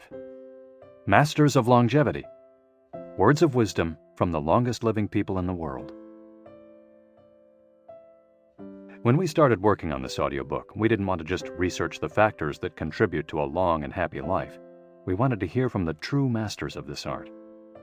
The interviews we conducted in Okinawa merit their own chapter, but in the section that precedes it, we've provided an overview of the life philosophies of a few international champions of longevity. We're talking about super centenarians, people who live to 110 years of age or more. The term was coined in 1970 by Norris McWhirter, editor of the Guinness Book of World Records. Its use became more widespread in the 1990s after it appeared in William Strauss and Neil Howe's Generations. Today, there are an estimated 300 to 450 super centenarians in the world, although the age of only around 75 of them has been confirmed. They aren't superheroes, but we could see them as such for having spent far more time on this planet than the average life expectancy would predict. Given the rise in life expectancy around the world, the number of supercentenarians might also increase. A healthy and purposeful life could help us join their ranks. Let's take a look at what a few of them have to say. Misao Okawa, 117. Eat and sleep, and you'll live a long time. You have to learn to relax. According to the Gerontology Research Group, until April 2015, the oldest living person in the world was Misao Okawa, who passed away in a care facility in Osaka, Japan after living for 117 years, 27 days. The daughter of a textile merchant, she was born in 1898. when Spain lost its colonies in Cuba and the Philippines, and the United States annexed Hawaii and launched Pepsi-Cola. Until she was 110, this woman, who lived in 3 different centuries, cared for herself unassisted. When specialists asked about her self-care routine, Misao answered simply, "Eating sushi and sleeping," to which we should add, having a tremendous thirst for life. When they inquired about her secret for longevity, she answered with a smile, "I ask myself the same thing." Proof that Japan continues to be a factory of long life.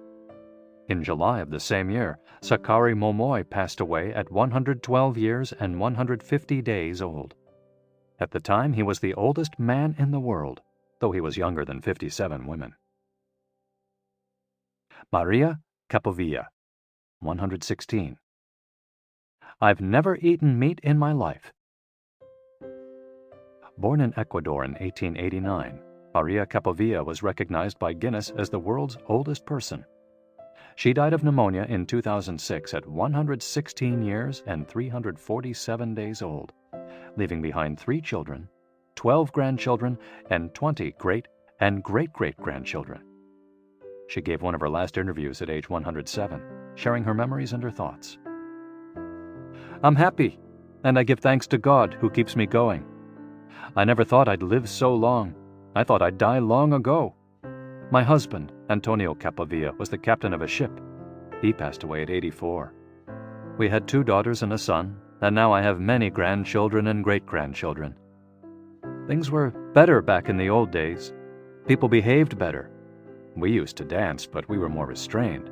There was this one song I loved dancing to, Maria by Luis Alarcón. I still remember most of the words. I also remember many prayers and say them every day. I like the waltz and can still dance it. I also still make crafts. I do some of the things I did when I was in school." When she had finished recalling her past, she began to dance, one of her great passions, with an energy that made her seem decades younger. When asked about her secret for longevity, she responded simply, "I don't know what the secret to long life is. The only thing I do is I've never eaten meat in my life. I attribute it to that." Jean Calment, 122. Everything's fine. Born in Arles, France, in February 1875, Jean Calment lived until August 4, 1997, making her, at 122, the oldest person of verified age in history. She jokingly said that she competed with Methuselah, and there is no question that she broke numerous records as she went on celebrating birthdays. She died of natural causes at the end of a happy life, during which she denied herself almost nothing. She rode a bicycle until she turned 100.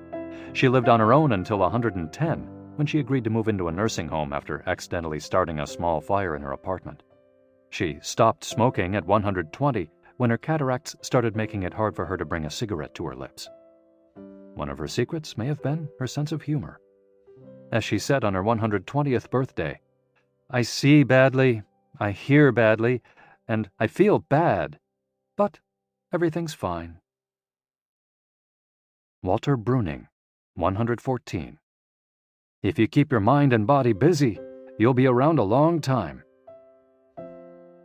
Born in Minnesota in 1896, Walter Bruning was able to see 3 centuries in his lifetime. He died in Montana in 2011 from natural causes. He'd had 2 wives and a 50-year career on the railroad. At 83, he retired to an assisted living center in Montana, where he remained until his death. He is the 2nd oldest man of verified age ever born in the United States. He gave many interviews in his final years, insisting that his longevity stemmed from, among other things, his habit of eating only 2 meals per day and working for as many hours as he could. "Your mind and your body, you keep both busy," he said on his 112th birthday. "You'll be here a long time." Back then, he was still exercising every day. Among Bruning's other secrets, he had a habit of helping others, and he wasn't afraid of dying. As he declared in a 2010 interview with the Associated Press, "We're all going to die. Some people are scared of dying. Never be afraid to die, because you're born to die." Before passing away in 2011, He is said to have told a pastor that he'd made a deal with God. If he wasn't going to get better, it was time to go. Alexander Emich, 111. I just haven't died yet. Born in Poland in 1903, Alexander Emich was a chemist and parapsychologist residing in the United States who, after the death of his predecessor in 2014, became the oldest man of authenticated age in the world. Emich himself died a year thereafter, in June of that year, leaving behind a long life rich with experiences. Emich attributed his longevity to, among other things, never drinking alcohol. It's not as though I'd won the Nobel Prize, he said upon being declared the world's oldest man. I never thought I'd get to be so old. When asked about his secret to living so long, his answer was, I don't know. I just haven't died yet. Ikigai artists. The secret to long life, however, is not held by supercentenarians alone. There are many people of advanced age who, though they haven't made it into Guinness World Records, offer us inspiration and ideas for bringing energy and meaning to our lives. Artists, for example, who carry the torch of their Ikigai instead of retiring, have this power. Art, in all its forms, is an Ikigai that can bring happiness and purpose to our days. Enjoying or creating beauty is free, and something all human beings have access to. Hokusai, the Japanese artist who made woodblock prints in the ukiyo-e style and lived for 88 years, from the mid-18th to the mid-19th century, added this postscript to the first edition of his 100 Views of Mount Fuji. All that I have produced before the age of 70 is not worth being counted.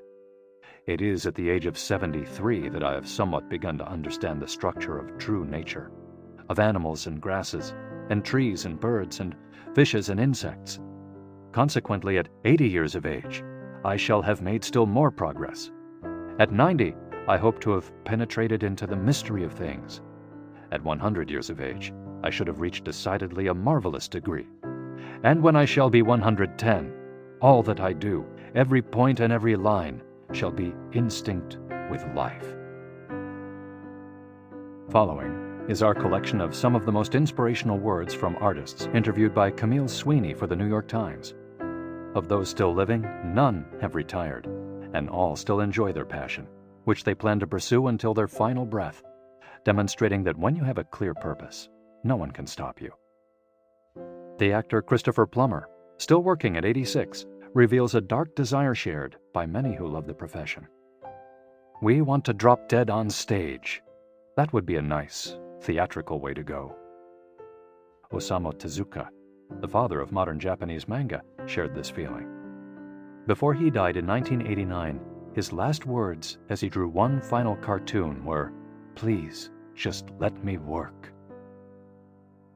The 86-year-old filmmaker Frederick Wiseman declared on a stroll through Paris that he likes to work, which is why he does it with such intensity. Everybody complains about the aches and pains and all that, but my friends are either dead or are still working, he said. Carmen Herrera, a painter who just entered her 100th year, sold her first canvas at 89. Today, her work is in the permanent collections of the Tate Modern and the Museum of Modern Art. When asked how she viewed her future, she responded, "I am always waiting to finish the next thing. Absurd, I know. I go day by day." Never stop learning. You may grow old and trembling in your anatomies. You may lie awake at night listening to the disorder of your veins. You may miss your only love. You may see the world about you devastated by evil lunatics, or know your honor trampled in the sewers of baser minds. There is only one thing for it then: to learn. Learn why the world wags and what wags it. That is the only thing which the mind can never exhaust, never alienate, never be tortured by, never fear or distrust, and never dream of regretting. T.H. White, the once and future king. For his part, naturalist and author Edward O. Wilson asserted, "I feel I have enough experience to join those who are addressing big questions. About 10 years ago, when I began reading and thinking more broadly about the questions of what are we, where did we come from, and where are we going, I was astonished at how little this was being done.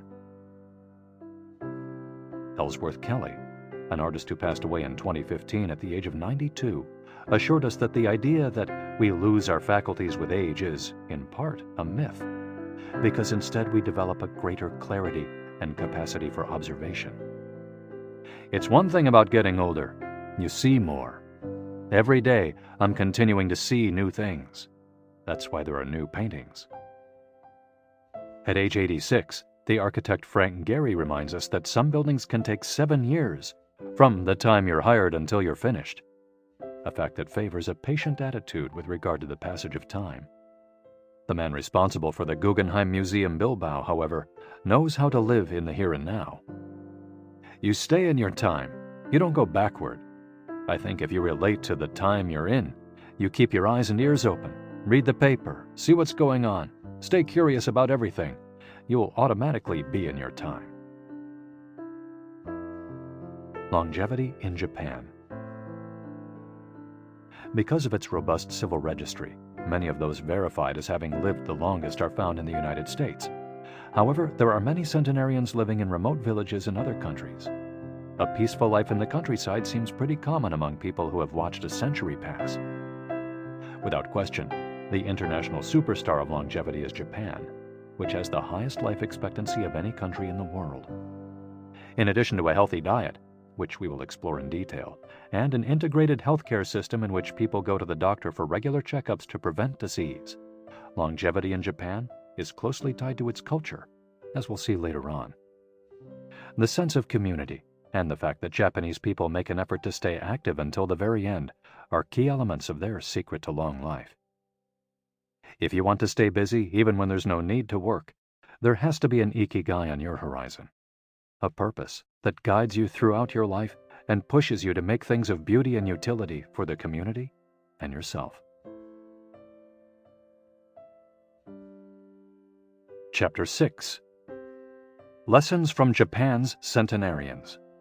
Traditions and Proverbs for Happiness and Longevity. To get to Ogimi, we had to fly nearly 3 hours from Tokyo to Naha, the capital of Okinawa.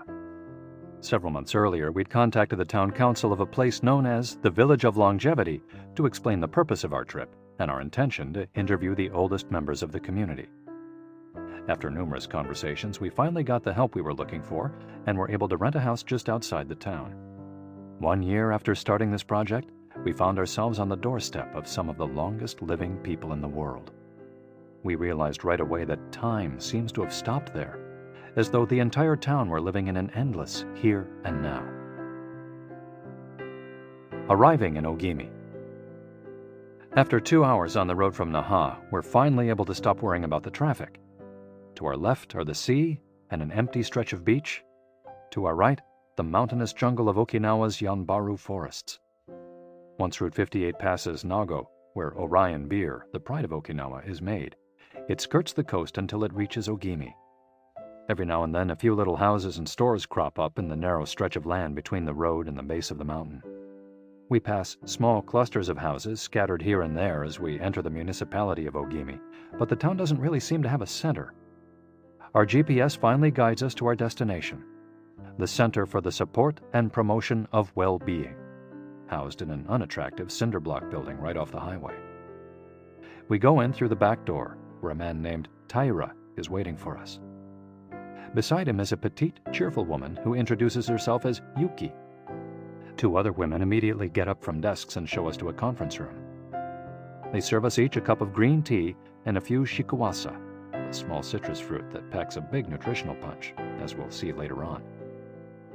Taira sits down across from us in his formal suit and opens up a large planner and a 3-ring binder. Yuki sits next to him.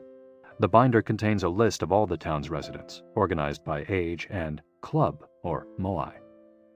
Taira points out that these groups of people who help one another are characteristic of Ogimi. The moai are not organized around any concrete objective. They function more like a family. Taira also tells us that volunteer work, rather than money, drives much of what happens in Ogimi. Everyone offers to pitch in, and the local government takes care of assigning tasks. This way, everyone can be useful and feels like part of the community. Ogimi is the penultimate town before Cape Hedo, the northernmost point of the largest island in the archipelago. From the top of Ogimi's mountains, we're able to look down over the whole town. Almost everything is the green of the Yanbaru jungle, making us wonder where the nearly 3,200 residents are hiding. We can see a few houses, but they're scattered in little clusters near the sea or in small valleys, accessible by side roads. Communal life. We're invited to eat in one of Ogimi's few restaurants, but when we arrive, the only 3 tables are already reserved. "Don't worry, we'll go to Churaumi instead. It never fills up," says Yuki, walking back to the car. She's still driving at age 88 and takes great pride in that. Her co-pilot is 99 and has also decided to spend the day with us. We have to drive fast to keep up with them on a highway that is sometimes more dirt than asphalt. Finally reaching the other end of the jungle, we can at last sit down to eat. "I don't really go to restaurants," Yuki says as we take our seats. "Almost everything I eat comes from my vegetable garden, and I buy my fish from Tanaka, who's been my friend forever." The restaurant is right by the sea and seems like something from the planet Tatooine from Star Wars. The menu boasts in large letters that it serves slow food, prepared with organic vegetables grown in the town. "But really," Yuki continues, "food is the least important thing." She is extroverted and rather pretty. She likes to talk about her role as the director of several associations run by the local government. "Food won't help you live longer," she says, bringing to her lips a bite of the diminutive confection that followed our meal. "The secret is smiling and having a good time." There are no bars and only a few restaurants in Ogimi, but those who live there enjoy a rich social life that revolves around community centers. The town is divided into 17 neighborhoods, and each one has a president and several people in charge of things like culture, festivals, social activities, and longevity. Residents pay close attention to this last category. We're invited to the community center of one of the 17 neighborhoods. It's an old building right next to one of the mountains of the Yanbaru jungle, home to Bunagaya, the town's iconic sprites. The Bunagaya spirits of the Yanbaru jungle. Bunagaya are magical creatures that inhabit the Yanbaru jungle near Ogimi and its surrounding towns. They manifest as children with long red hair and like to hide in the jungle's kajumaru, banyan trees, and go fishing on the beach. Many of Okinawa's stories and fables are about Bunagaya sprites. They're mischievous, playful, and unpredictable. Locals say that the Bunagaya love the mountains, rivers, sea, trees, earth, wind, and animals, and that if you want to befriend them, you have to show respect for nature. A birthday party. When we arrive at the neighborhood's community center, we're greeted by a group of about 20 people who proudly proclaim, "The youngest among us is 83. We conduct our interviews at a large table while drinking green tea. When we finish, we're brought to an event space where we celebrate the birthdays of 3 members of the group. One woman is turning 99, another 94, and one young man has just reached 89. We sing a few songs popular in the village and finish up with "Happy Birthday" in English. The woman turning 99 blows out the candles and thanks everyone for coming to her party. We eat homemade shikawase cake and end up dancing and celebrating as though it were the birthday of a 20-something. It's the first party, but not the last, that we'll attend during our week in the village. We'll also do karaoke with a group of seniors who sing better than we do, and attend a traditional festival with local bands, dancers, and food stands at the foot of a mountain. Celebrate each day together. Celebrations seem to be an essential part of life in Ogimi. We're invited to watch a game of gate ball, one of the most popular sports among Okinawa's older residents. It involves hitting a ball with a mallet-like stick. It's a low-impact sport that can be played anywhere, and it's a good excuse to move around and have fun as a group. The residents hold local competitions, and there is no age limit for participants. We participate in the weekly game and lose to a woman who recently turned 104. Everyone cheers, and the defeated look on our faces elicits laughter. In addition to playing and celebrating as a community, spirituality is also essential to the happiness of the village's residents. The gods of Okinawa. The main religion in Okinawa is known as Ryukyu Shinto. Ryukyu is the original name of the Okinawa archipelago, and Shinto means the path of the gods. Ryukyu Shinto combines elements of Chinese Taoism, Confucianism, Buddhism, and Shintoism with shamanistic and animistic elements.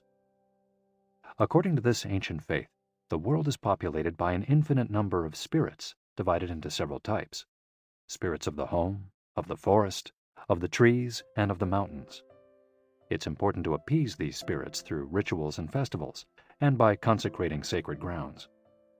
Okinawa is full of sacred jungles and forests, where many of the two main kinds of temples are found, the Utaki and the Uganju. We visited an Uganju, or small open-air temple, adorned with incense and coins next to a waterfall in Ogimi. The Utaki is a collection of stones where people go to pray and where, supposedly, spirits gather.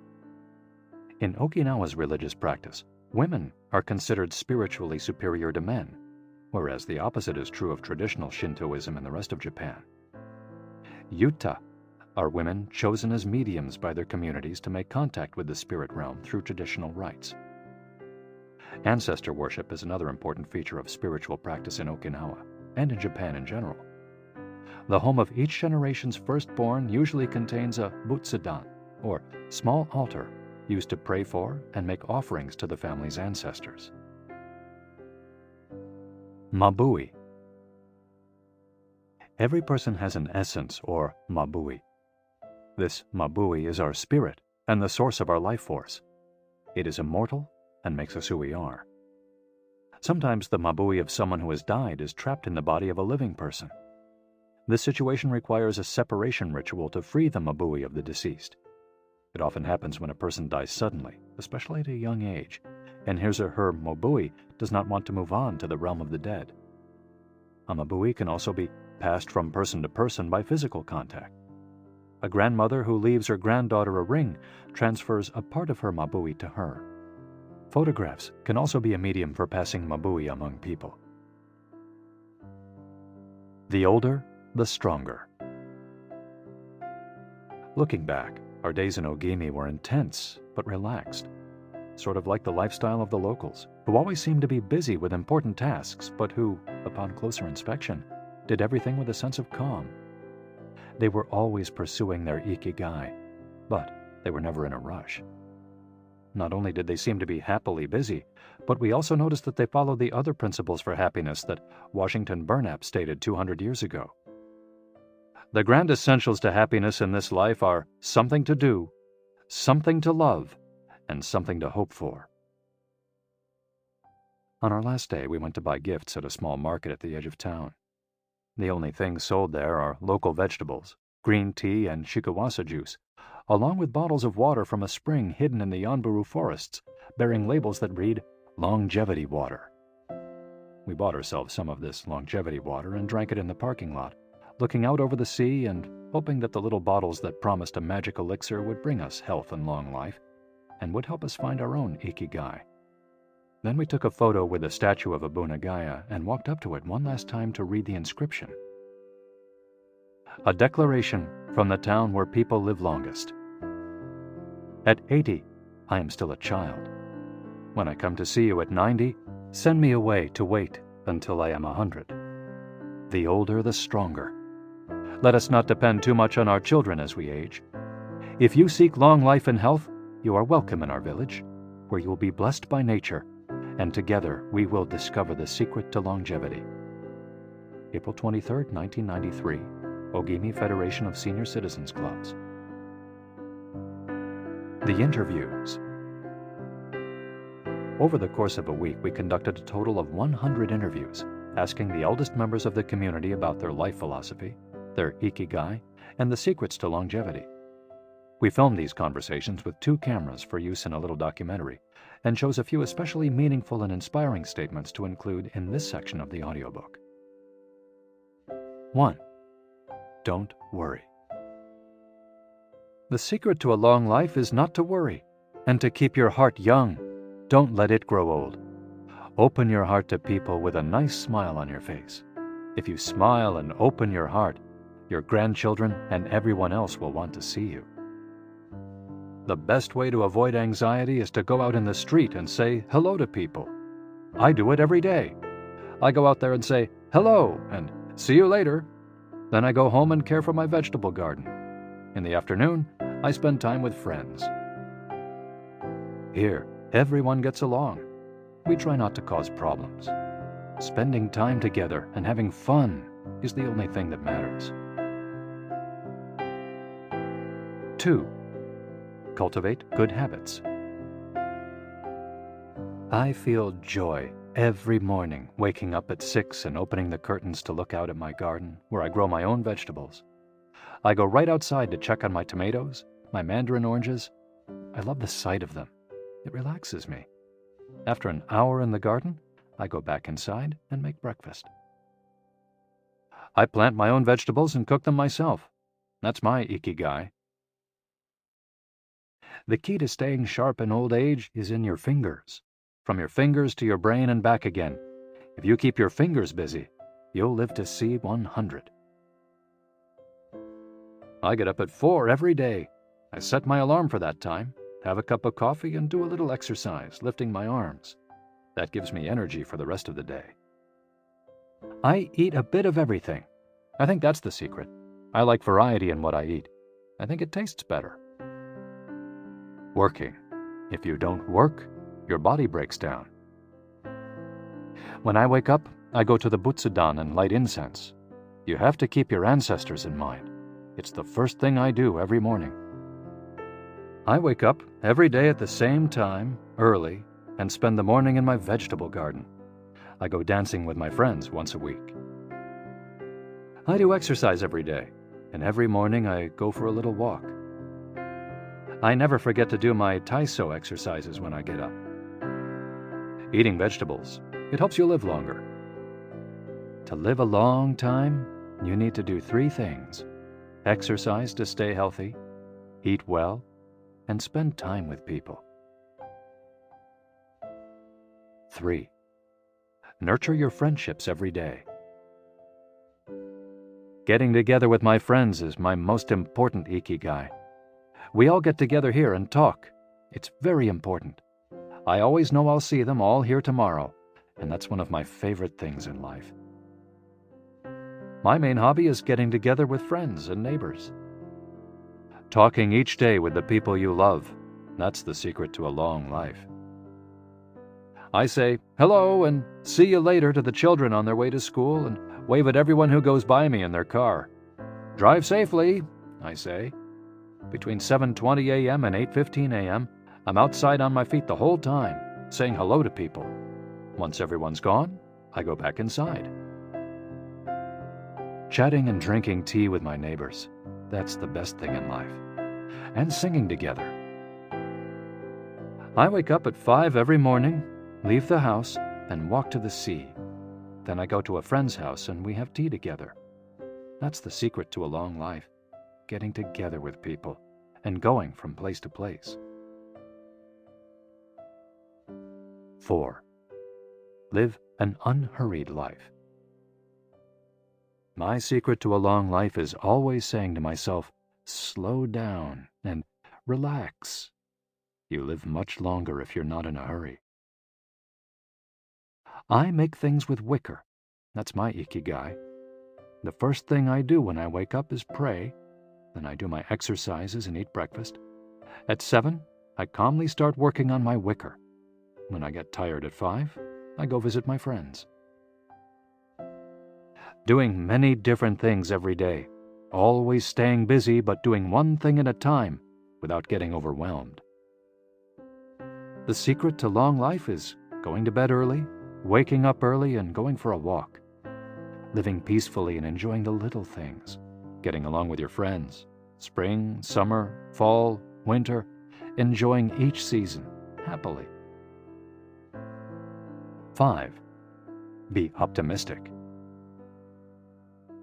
Every day I say to myself, today will be full of health and energy. Live it to the fullest.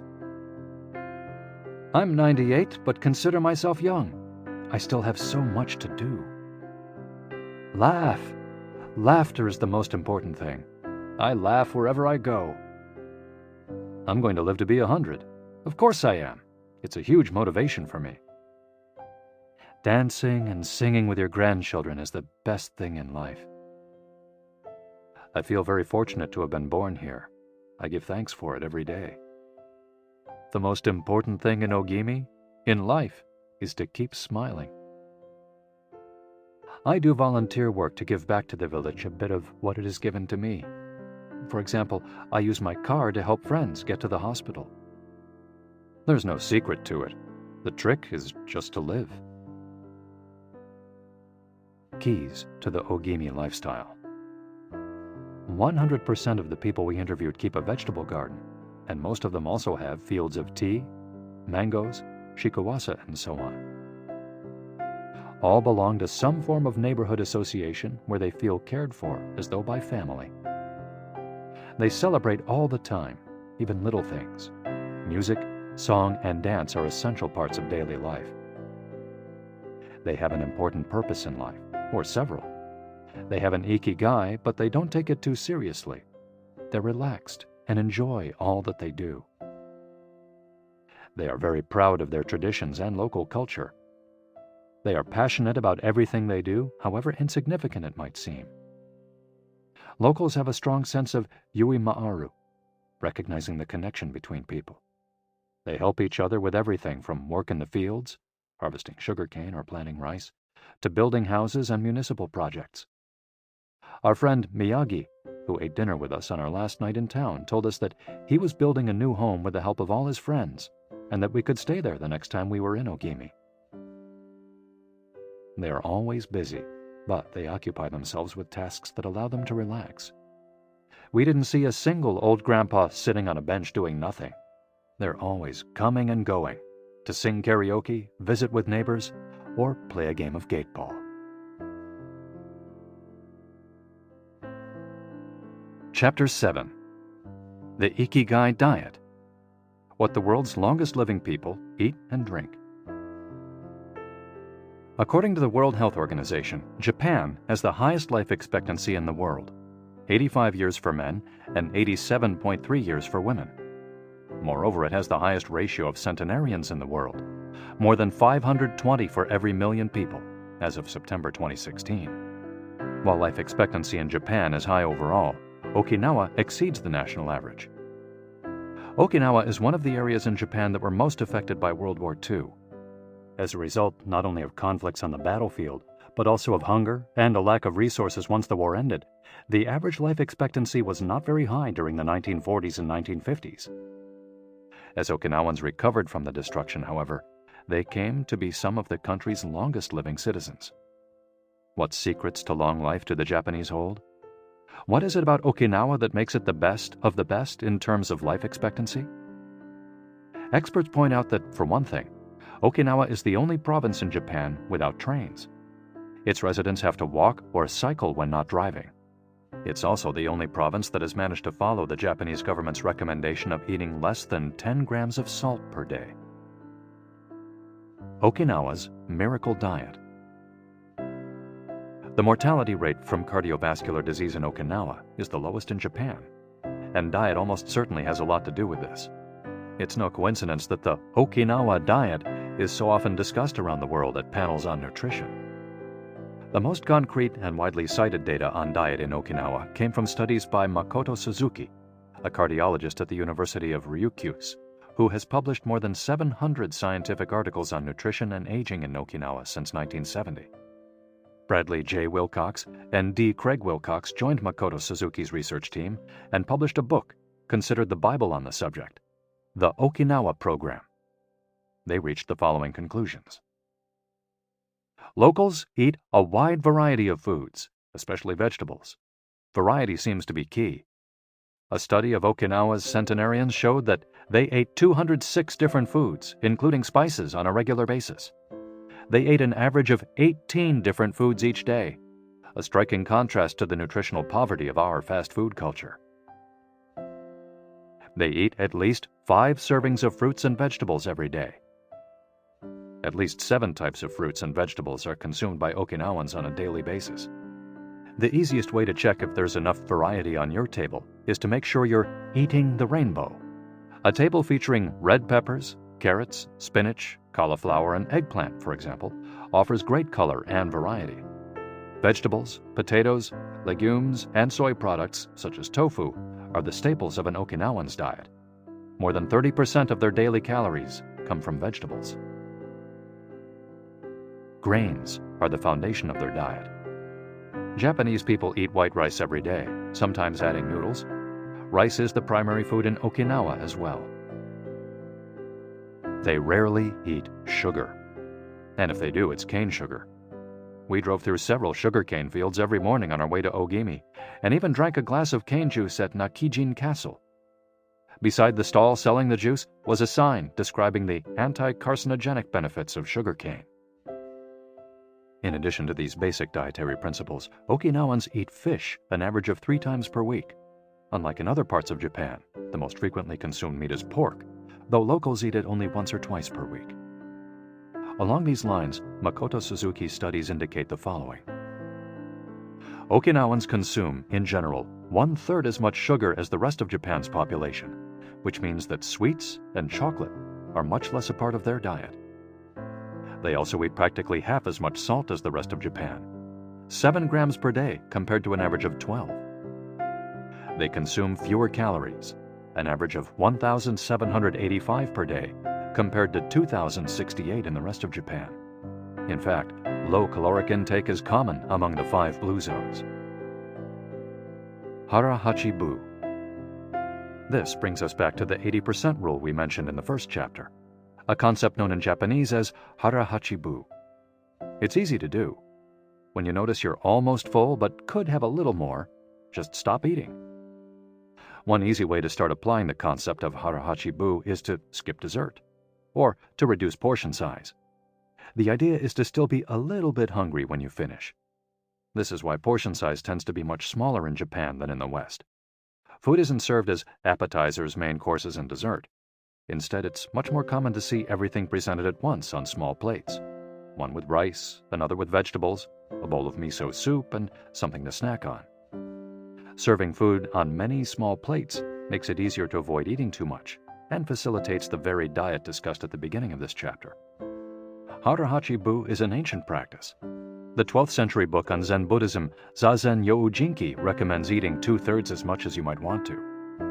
Eating less than one might want is common among all Buddhist temples in the East. Perhaps Buddhism recognized the benefits of limiting caloric intake more than 9 centuries ago. So, eat less to live longer? Few would challenge this idea. Without taking it to the extreme of malnutrition, of course, eating fewer calories than our bodies ask for seems to increase longevity. The key to staying healthy while consuming fewer calories is eating foods with a high nutritional value, especially superfoods, and avoiding those that add to our overall caloric intake but offer little to no nutritional value. The calorie restriction we've been discussing is one of the most effective ways to add years to your life. If the body regularly consumes enough or too many calories, it gets lethargic and starts to wear down, expending significant energy on digestion alone. Another benefit of calorie restriction is that it reduces levels of IGF-1, insulin-like growth factor 1, in the body.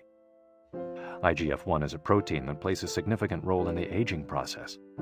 It seems that one of the reasons humans and animals age is an excess of this protein in their blood. Whether calorie restriction will extend lifespan in humans is not yet known, but data increasingly indicate that moderate calorie restriction with adequate nutrition has a powerful protective effect against obesity, type 2 diabetes, inflammation, hypertension, and cardiovascular disease, and reduces metabolic risk factors associated with cancer. An alternative to following the 80% rule on a daily basis is to fast for 1 or 2 days each week. The 5-2, or fasting diet, recommends 2 days of fasting, consuming fewer than 500 calories every week, and eating normally on the other 5 days. Among its many benefits, fasting helps cleanse the digestive system and allows it to rest. 15 natural antioxidants found in the Okinawan diet. Antioxidants are molecules that slow down the oxidation process in cells, neutralizing the free radicals that cause damage and accelerate aging. The antioxidant power of green tea, for example, is well known and will be discussed later at greater length. Because they are rich in antioxidants and are eaten nearly every day in the region, these 15 foods are considered keys to Okinawan vitality. Tofu, miso, tuna, carrots, goya, a bitter melon, kombu, sea kelp, cabbage, nori, seaweed, onion, soy sprouts, hechima, a cucumber-like gourd, soybeans, boiled or raw, sweet potato, peppers, and sanpin-cha, jasmine tea. Sanpin-cha, the reigning infusion in Okinawa. Okinawans drink more sanpin-cha, a mix of green tea and jasmine flowers, than any other kind of tea. The closest approximation in the West would be the jasmine tea that usually comes from China. A 1988 study conducted by Hiroko Sho at the Okinawa Institute of Science and Technology indicates that jasmine tea reduces blood cholesterol levels. Sanpin-cha can be found in many different forms in Okinawa and is even available in vending machines. In addition to all the antioxidant benefits of green tea, it boasts the benefits of jasmine, which include reducing the risk of heart attack, strengthening the immune system, helping relieve stress, lowering cholesterol. Okinawans drink an average of 3 cups of sanpin-cha every day. It might be hard to find exactly the same blend in the West, but we can drink jasmine tea or even a high-quality green tea instead. The secrets of green tea. Green tea has been credited for centuries with significant medicinal properties. Recent studies have confirmed its many benefits and have attested to the importance of this ancient plant in the longevity of those who drink it often. Originally from China, where it's been consumed for millennia, green tea didn't make its way to the rest of the world until just a few centuries ago. Unlike other teas, and as a result of being air-dried without fermentation, it retains its active elements even after being dried and crumbled. It offers meaningful health benefits such as controlling cholesterol, lowering blood sugar levels, improving circulation, protection against the flu, vitamin C, promoting bone health, fluoride, protection against certain bacterial infections, protection against UV damage, cleansing, and diuretic effects. White tea, with its high concentration of polyphenols, may be even more effective against aging. In fact, it's considered to be the natural product with the greatest antioxidant power in the world, to the extent that 1 cup of white tea might pack the same punch as a dozen glasses of orange juice. In summary, drinking green or white tea every day can help us reduce the free radicals in our bodies, keeping us young longer. The powerful shikuwasa. Shikuwasa is the citrus fruit par excellence of Okinawa, and Ogimi is its largest producer in all of Japan. The fruit is extremely acidic. It's impossible to drink shikuwasa juice without diluting it first with water. Its taste is somewhere between that of a lime and a mandarin orange, to which it bears a family resemblance. Shikuwasas also contain high levels of nobiletin, a flavonoid rich in antioxidants. All citrus fruits, grapefruits, oranges, lemons, are high in nobiletin, but Okinawa's shikuwasas have 40 times as much as oranges. Consuming nobiletin has been proven to protect us from arteriosclerosis, cancer, type 2 diabetes, and obesity in general. Shikuwasas also contain vitamin C and B, beta-carotene, and minerals. They're used in many traditional dishes and to add flavor to food, and are squeezed to make juice. While conducting research at the birthday parties of the town's grandparents, we were served shikuwasa cake. The antioxidant canon for Westerners. In 2010, the UK's Daily Mirror published a list of foods recommended by experts to combat aging. Among these foods readily available in the West are vegetables, such as broccoli and chard, for their high concentration of water, minerals, and fiber. Oily fish, such as salmon, mackerel, tuna, and sardines, for all the antioxidants in their fat. Fruits, such as citrus, strawberries, and apricots. They're an excellent source of vitamins and help eliminate toxins from the body. Berries, such as blueberries and goji berries. They're rich in phytochemical antioxidants. dried fruits, which contain vitamins and antioxidants and give you energy. Grains, such as oats and wheat, which give you energy and contain minerals. Olive oil, for its antioxidant effects that show in your skin. Red wine, in moderation, for its antioxidant and vasodilatory properties. Foods that should be eliminated are refined sugar and grains, processed baked goods, and prepared foods, along with cow's milk and all its derivatives. Following this diet will help you feel younger and slow the process of premature aging. Chapter 8. Gentle Movements, Longer Life. Exercises from the East that promote health and longevity. Studies from the Blue Zone suggest that the people who live the longest are not the ones who do the most exercise, but rather the ones who move the most. When we visited Ogimi, the village of longevity, we discovered that even people over 80 and 90 years old are still highly active. They don't stay at home looking out the window or reading the newspaper. Ogimi's residents walk a lot, do karaoke with their neighbors, get up early in the morning, and as soon as they've had breakfast, or even before, head outside to weed their gardens.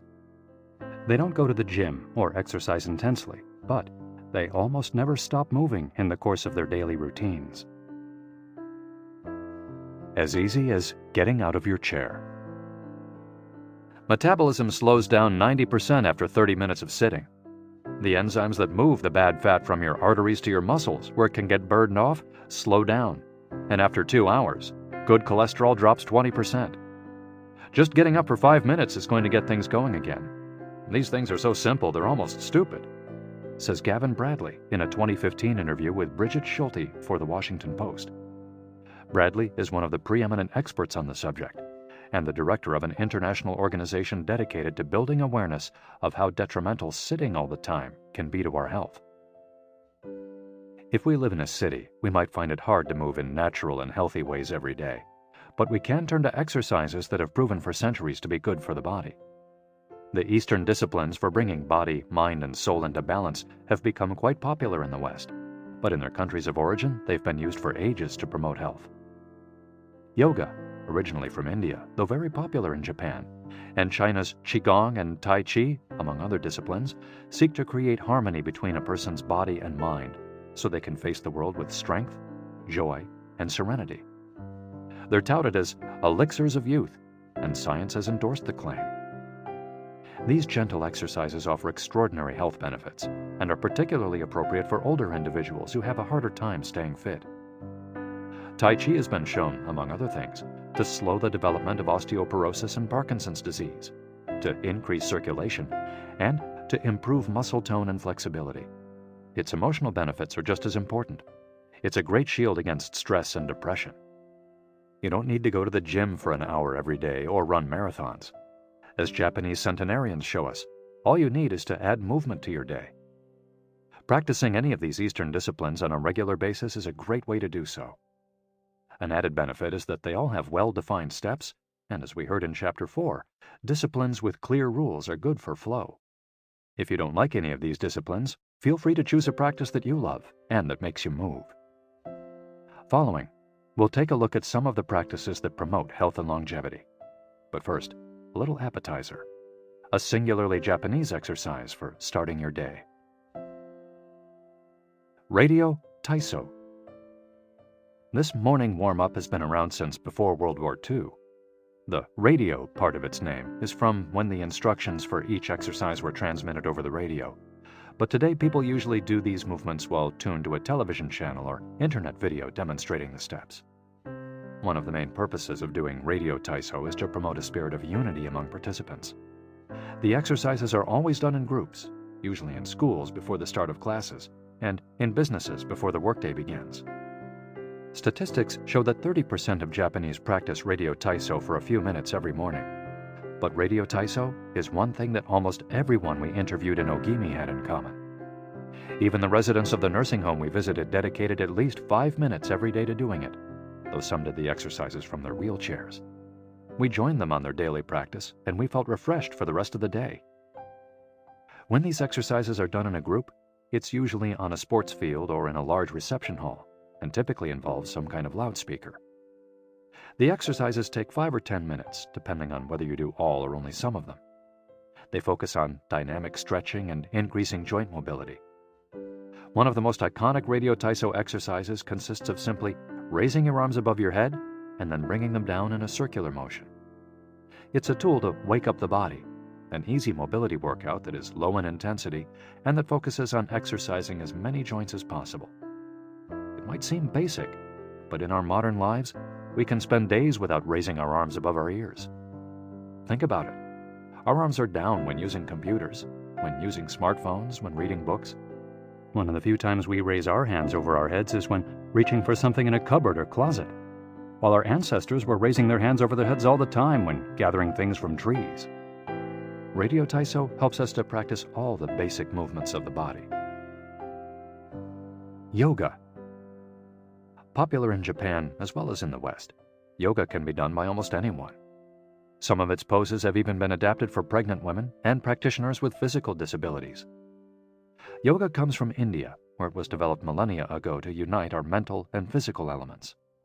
The word yoga itself comes from the Sanskrit term for yoke, which refers to the crosspiece that binds draft animals to one another and to the cart they're pulling.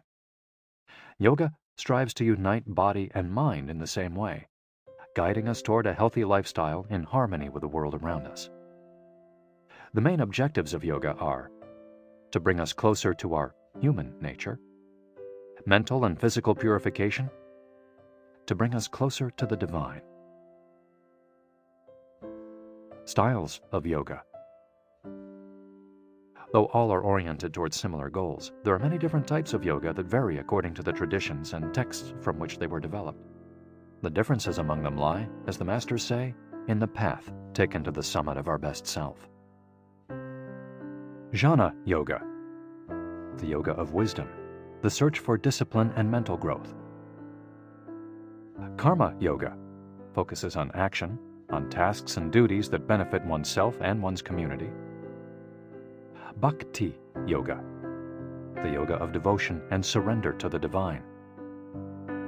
Mantra Yoga focuses on the recitation of mantras to reach a state of relaxation. Kundalini Yoga combines diverse steps to reach the desired mental state. Raja Yoga, also known as the royal path, encompasses a range of steps geared toward achieving communion with oneself and others. Hatha Yoga, the most widespread form in the West and Japan, characterized by asanas or poses combined in a quest for balance. How to do a sun salutation. The sun salutation is one of the most iconic exercises in Hatha Yoga. To do it, you simply have to follow these 12 basic movements. 1. With your feet together, stand up straight, but keep your muscles relaxed. Exhale. 2. Place the palms of your hands together in front of your chest. From this position, inhale as you raise your arms above your head and bend backwards slightly. 3. Exhale as you bend forward until you touch the ground with the palms of your hands, without bending your knees. 4. Stretch one leg back to touch the floor with the tips of your toes. Inhale. 5. Bring the other leg back, keeping your legs and arms straight as you hold your breath. 6. As you exhale, bend your arms and bring your chest to the ground, and then forward, resting your knees on the ground. 7. Straighten your arms and bend your spine back, keeping the lower half of your body on the ground. Inhale. 8. With your hands and feet on the ground, lift your hips until your arms and legs are straight and your body forms an upside-down V. Exhale throughout the movement. 9. Bring forward the same leg you'd stretched back earlier and bend it so that your knee and foot are aligned under your head and between your hands. Inhale. 10. Exhale as you bring your back foot forward and straighten your legs, keeping your hands on the ground as in posture 3. 11. Bring your arms above your head with your palms together and bend backwards slightly as you did in posture 2 while you inhale. 12. Lower your arms to their initial position in mountain pose while you exhale. You've just greeted the sun. Now you're ready to have a fantastic day. Tai Chi. Also known as Tai Chi Chuan, Tai Chi is a Chinese martial art that can be traced back hundreds of years to Buddhism and Confucianism. It's very popular in Japan, too. According to Chinese tradition, it was created by the Taoist master and martial arts practitioner Zhang Sanfeng, though it was Yang Luchan who in the 19th century brought the form to the rest of the world. Tai Chi was originally a neijia, or internal martial art, meaning its goal was personal growth. Focused on self-defense, it teaches those who practice it to defeat their adversaries by using the least amount of force possible and by relying on agility. Tai Chi, which was also seen as a means of healing body and mind, would go on to be used more frequently to foster health and inner peace. To encourage its citizens to be more active, the Chinese government promoted it as an exercise, and it lost its original connection to martial arts, becoming instead a source of health and well-being, accessible to all. Styles of Tai Chi. There are different schools and styles of Tai Chi. The following are the best known. Chen style alternates between slow movements and explosive ones. Yang style, the most widespread of the forms, characterized by slow, fluid movements. Wu style utilizes small, slow, deliberate movements. Hao style, centered on internal movements, with almost microscopic external movements, one of the least practiced forms of Tai Chi, even in China. Despite their differences, these styles all have the same objectives. 1. To control movement through stillness. 2. To overcome force through finesse. 3. To move second and arrive first. 4. To know yourself and your opponent. The 10 basic principles of Tai Chi. According to the master Yang Chengfu, the correct practice of Tai Chi follows 10 basic principles. 1. Elevate the crown of your head and focus all your energy there. 2. Tighten your chest and expand your back to lighten your lower body. 3. Relax your waist and let it guide your body. 4. Learn to differentiate between heaviness and lightness, knowing how your weight is distributed. 5. Relax the shoulders to allow free movement of the arms and promote the flow of energy. 6. Value the agility of the mind over the strength of the body. 7. Unify the upper and lower body so they act in concert. 8. Unify the internal and the external to synchronize mind, body, and breath. 9. Do not break the flow of your movement. Maintain fluidity and harmony. 10. Look for stillness in movement. An active body leads to a calm mind. Imitating clouds. One of the best-known movements in Tai Chi consists of following the form of clouds in an exercise called wave hands like clouds. Here are the steps. 1. Extend your arms in front of you with your palms down. 2. Turn your palms to face in as though you were hugging a tree trunk. 3. Open your arms out to the side. 4. Bring the left arm up and center, and the right arm down and center. 5. Trace the shape of a ball in front of your body. 6. Turn your left palm toward your face. 7. Shift your weight to your left foot and pivot from your hip toward that side while your eyes follow the movement of your hand. 8. Bring your left hand to your waist and your right hand in front of your face. 9. Shift your weight to your right foot. 10. Pivot toward your right, looking at your raised right hand the entire time. 11. Repeat this movement fluidly, shifting your weight from one foot to the other as you reposition your hands. 12. Stretch your arms out in front of you again and bring them down slowly, returning to your initial position. Qigong, also known as Qi Kung. Its name combines Qi, life force or energy, and Gong, work, indicating that the form works with the individual's life force.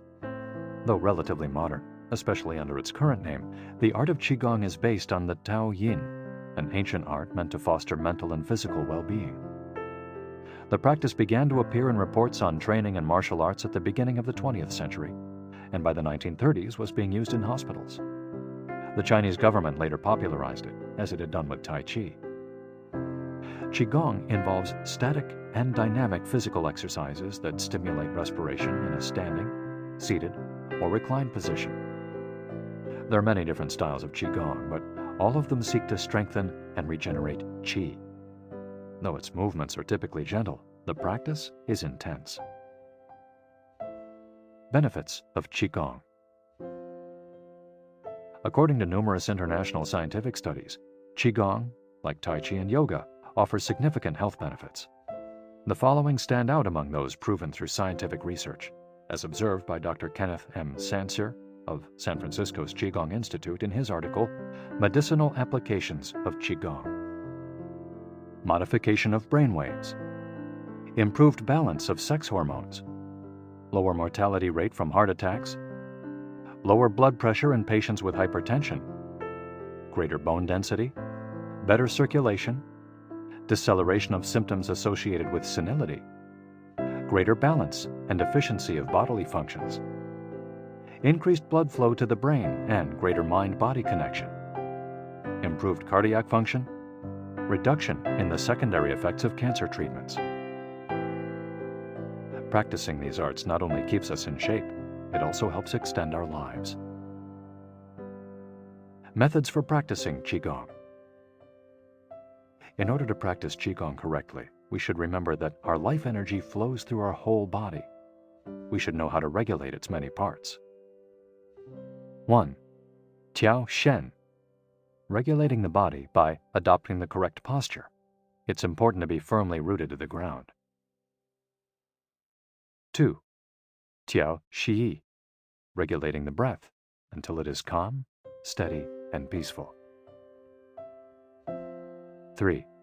Tiao Xin. Regulating the mind, the most complicated part as it implies emptying the mind of thoughts. Tiao Qi. Regulating the life force through the regulation of the 3 prior elements so that it flows naturally. 5. Tiao Shen. Regulating the spirit. The spirit is both strength and root in battle, as Yang Juingming explains in The Essence of Taiji Qigong.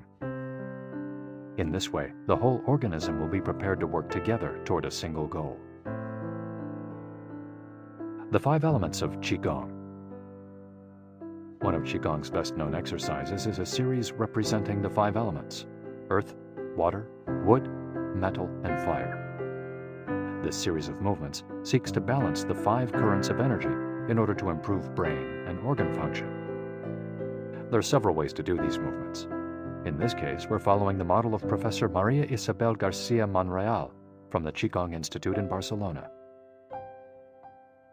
Earth. 1. Stand with your legs apart and your feet directly below your shoulders. 2.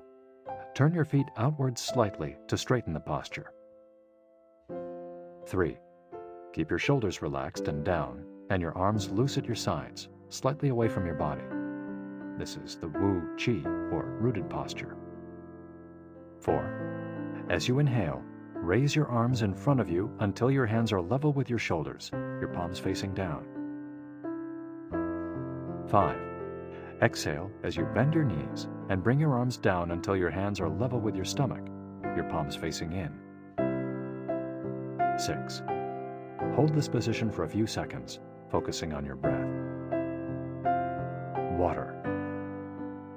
Starting from earth posture, bend your knees into a squat, keeping your chest upright and exhaling throughout. 2. Press your coccyx downward to stretch your lumbar spine. 3. As you inhale, stand to return to earth posture. 4. Repeat twice for a total of 3. Wood. 1. Starting from earth posture, turn your palms upward and open your arms to the side, forming a circle as you inhale until your hands are level with your clavicle. Turn your hands so that your palms and elbows point downward while keeping your shoulders relaxed. 2. Reverse the movement as you exhale, making a downward circle with your arms until you reach your initial position. 3. Repeat twice for a total of 3. Metal. 1. Starting from earth posture, raise your arms until your hands are level with your sternum. 2. Turn your palms toward each other, about 4 inches apart, with your fingers relaxed and slightly separated, pointing upward. 3. As you inhale, move your hands away from each other until they are shoulder width apart. 4. As you exhale, bring your hands toward each other until they are back in position 2. 5. Repeat twice for a total of 3, observing the concentration of energy as you bring your hands together in front of your lungs. Fire. 1. Starting from earth posture, bring your hands level with your heart as you inhale, with one hand slightly above the other and your palms facing each other. 2. Rotate your hands to feel the energy of your heart. 3. Turn from your waist gently to the left, keeping your torso relaxed and your forearms parallel to the ground. 4. With your palms still facing each other, separate your hands, bringing one up until it is level with your shoulder and the other down in front of your abdomen. 5. Turn from your waist gently to the right, keeping your torso relaxed and your forearms parallel to the ground. 6. As you exhale, let your hands come back together in front of your heart. 7. With your palms still facing each other, separate your hands, bringing one up until it is level with your shoulder and the other down in front of your abdomen. Completing the series. 1. Starting from earth posture, inhale as you bring your hands level with your shoulders, palms facing down. 2. As you exhale, lower your arms to rest at your sides, returning to the initial Wu Qi posture. Shiatsu. Created in Japan in the early 20th century, principally for the treatment of arthritis, Shiatsu also works on energy flow through the application of pressure with the thumbs and the palms of the hands. In combination with stretching and breathing exercises, it seeks to create equilibrium among the different elements of the body. The following quote is about the Dao Yin, a general term referring to the ancient arts meant to foster mental and physical well-being. It is not important that a Dao Yin have a name, is imitating something, or is engraved in jade. What is important is the technique and the essence of what is really practiced. Stretching and contracting, bending and lifting of the head, stepping, lying down, resting or standing, walking or stepping slowly, screaming or breathing, everything can be a Dao Yin. Ge Hong.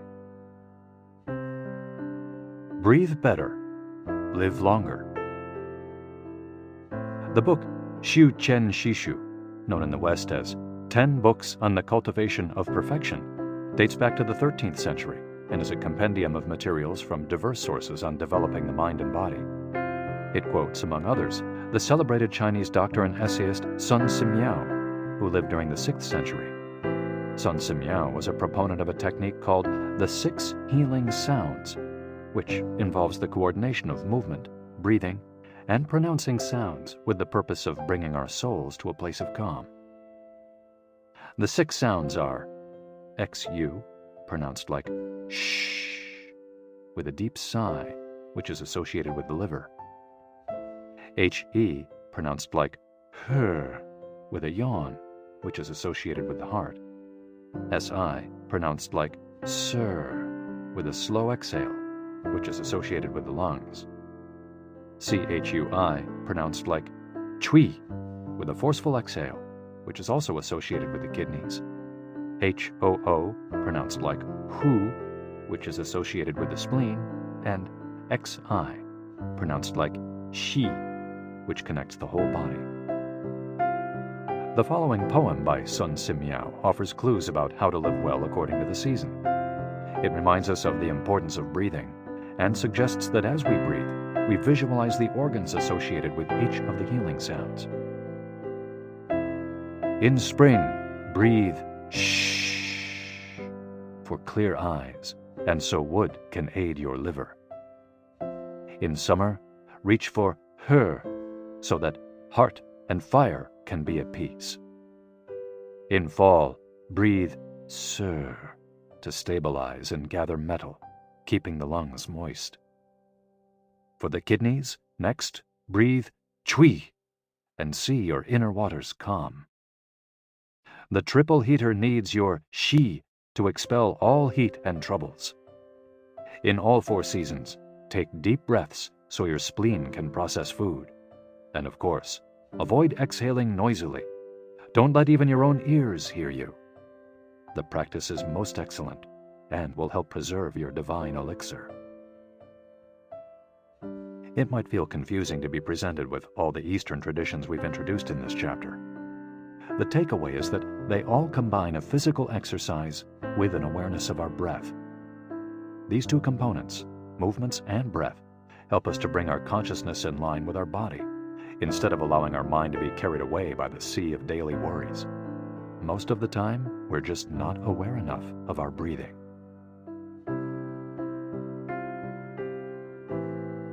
Chapter 9. Resilience and Wabi-Sabi. How to face life's challenges without letting stress and worry age you. What is resilience? One thing that everyone with a clearly defined Ikigai has in common is that they pursue their passion no matter what. They never give up, even when the cards seem stacked against them or they face one hurdle after another. We're talking about resilience, a concept that's become influential among psychologists. But resilience isn't just the ability to persevere. As we'll hear in this chapter, it's also an outlook we can cultivate to stay focused on the important things in life, rather than what is most urgent, and keep ourselves from being carried away by negative emotions. In the final section of the chapter, we'll explore techniques that go beyond resilience to cultivate anti-fragility. Sooner or later, we all have to face difficult moments, and the way we do this can make a huge difference to our quality of life. Proper training for our mind, body, and emotional resilience is essential for confronting life's ups and downs. Nana Korobiya Oki. Fall 7 times. Rise 8. Japanese proverb. Resilience is our ability to deal with setbacks. The more resilient we are, the easier it will be to pick ourselves up and get back to what gives meaning to our lives. Resilient people know how to stay focused on their objectives, on what matters, without giving in to discouragement. Their flexibility is the source of their strength.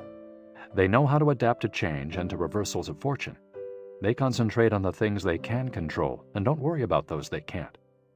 In the words of the famous Serenity Prayer by Reinhold Niebuhr, God, give us grace to accept with serenity the things that cannot be changed, courage to change the things which should be changed, and the wisdom to distinguish the one from the other.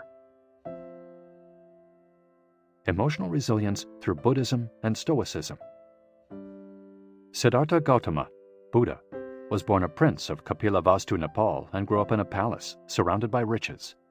At 16, he married and had a child. Not satisfied by his family's wealth, at 29, he decided to try a different lifestyle and ran away from the palace to live as an ascetic. But it wasn't asceticism that he was looking for. It didn't offer the happiness and well-being he sought. Neither wealth nor extreme asceticism worked for him. He realized that a wise person should not ignore life's pleasures. A wise person can live with these pleasures, but should always remain conscious of how easy it is to be enslaved by them. Zeno of Citium began his studies with the Cynics. The Cynics also led ascetic lives, leaving behind all earthly pleasures. They lived in the street, and the only thing they owned was the clothing on their backs. Seeing that cynicism did not give him a sense of well-being, Zeno abandoned its teachings to found the school of Stoicism, which centers on the idea that there is nothing wrong with enjoying life's pleasures as long as they do not take control of your life as you enjoy them. You have to be prepared for those pleasures to disappear. The goal is not to eliminate all feelings and pleasures from our lives, as in cynicism, but to eliminate negative emotions. Since their inception, one of the objectives of both Buddhism and Stoicism has been to control pleasure, emotions, and desires. Though the philosophies are very different, both aim to curb our ego and control our negative emotions. Both Stoicism and Buddhism are, at the roots, methods for practicing well-being. According to Stoicism, our pleasures and desires are not the problem. We can enjoy them as long as they don't take control of us. The Stoics viewed those who were able to control their emotions as virtuous. What's the worst thing that could happen? We finally land our dream job, but after a little while we're already hunting for a better one. We win the lottery and buy a nice car, but then decide we can't live without a sailboat. We finally win the heart of the man or woman we've been pining for, and suddenly we find we have a wandering eye. People can be insatiable. The Stoics believe that these kinds of desires and ambitions are not worth pursuing. The objective of the virtuous person is to reach a state of tranquility, apatheia, the absence of negative feelings such as anxiety, fear, shame, vanity, and anger, and the presence of positive feelings such as happiness, love, serenity, and gratitude. In order to keep their minds virtuous, the Stoics practiced something like negative visualization. They imagined the worst thing that could happen in order to be prepared if certain privileges and pleasures were taken from them. To practice negative visualization, we have to reflect on negative events, but without worrying about them. Seneca, one of the richest men in ancient Rome, lived a life of luxury, but was, nonetheless, an active Stoic. He recommended practicing negative visualization every night before falling asleep. In fact, he not only imagined these negative situations, he actually put them into practice. For example, by living for a week without servants, or the food and drink he was used to as a wealthy man. As a result, he was able to answer the question, what's the worst thing that could happen? Meditating for healthier emotions. In addition to negative visualization and not giving in to negative emotions, another central tenet of Stoicism is knowing what we can control and what we can't, as we see in the Serenity Prayer. Worrying about things that are beyond our control accomplishes nothing. We should have a clear sense of what we can change and what we can't, which in turn will allow us to resist giving in to negative emotions. In the words of Epictetus, "It's not what happens to you, but how you react that matters." In Zen Buddhism, meditation is a way to become aware of our desires and emotions, and thereby free ourselves from them. It's not simply a question of keeping the mind free of thoughts, but instead involves observing our thoughts and emotions as they appear, without getting carried away by them. In this way, we train our minds not to get swept up in anger, jealousy, or resentment. One of the most commonly used mantras in Buddhism focuses on controlling negative emotions. Om Mani Padme Hum, in which Om is the generosity that purifies the ego, Ma is the ethics that purifies jealousy, Ni is the patience that purifies passion and desire, Pad is the precision that purifies bias, Me is the surrender that purifies greed, and Hum is the wisdom that purifies hatred. The here and now and the impermanence of things. Another key to cultivating resilience is knowing in which time to live. Both Buddhism and Stoicism remind us that the present is all that exists, and it is the only thing we can control. Instead of worrying about the past or the future, we should appreciate things just as they are in the moment, in the now. The only moment in which you can be truly alive is the present moment, observes the Buddhist monk Thich Nhat Hanh. In addition to living in the here and now, the Stoics recommend reflecting on the impermanence of the things around us. The Roman Emperor Marcus Aurelius said that the things we love are like the leaves of a tree. They can fall at any moment with a gust of wind. He also said that changes in the world around us are not accidental, but rather form part of the essence of the universe, a rather Buddhist notion, in fact. We should never forget that everything we have and all the people we love will disappear at some point. This is something we should keep in mind, but without giving in to pessimism. Being aware of the impermanence of things does not have to make us sad. It should help us love the present moment and those who surround us. All things human are short-lived and perishable, Seneca tells us. The temporary, ephemeral, and impermanent nature of the world is central to every Buddhist discipline. Keeping this always in mind helps us avoid excessive pain in times of loss. Wabi-sabi and Ichigo-ichie. Wabi-sabi is a Japanese concept that shows us the beauty of the fleeting, changeable, and imperfect nature of the world around us. Instead of searching for beauty in perfection, we should look for it in things that are flawed, incomplete. This is why the Japanese place such value, for example, on an irregular or cracked teacup. Only things that are imperfect, incomplete, and ephemeral can truly be beautiful, because only those things resemble the natural world. A complementary Japanese concept is that of Ichigo-ichie, which could be translated as, "This moment exists only now and won't come again."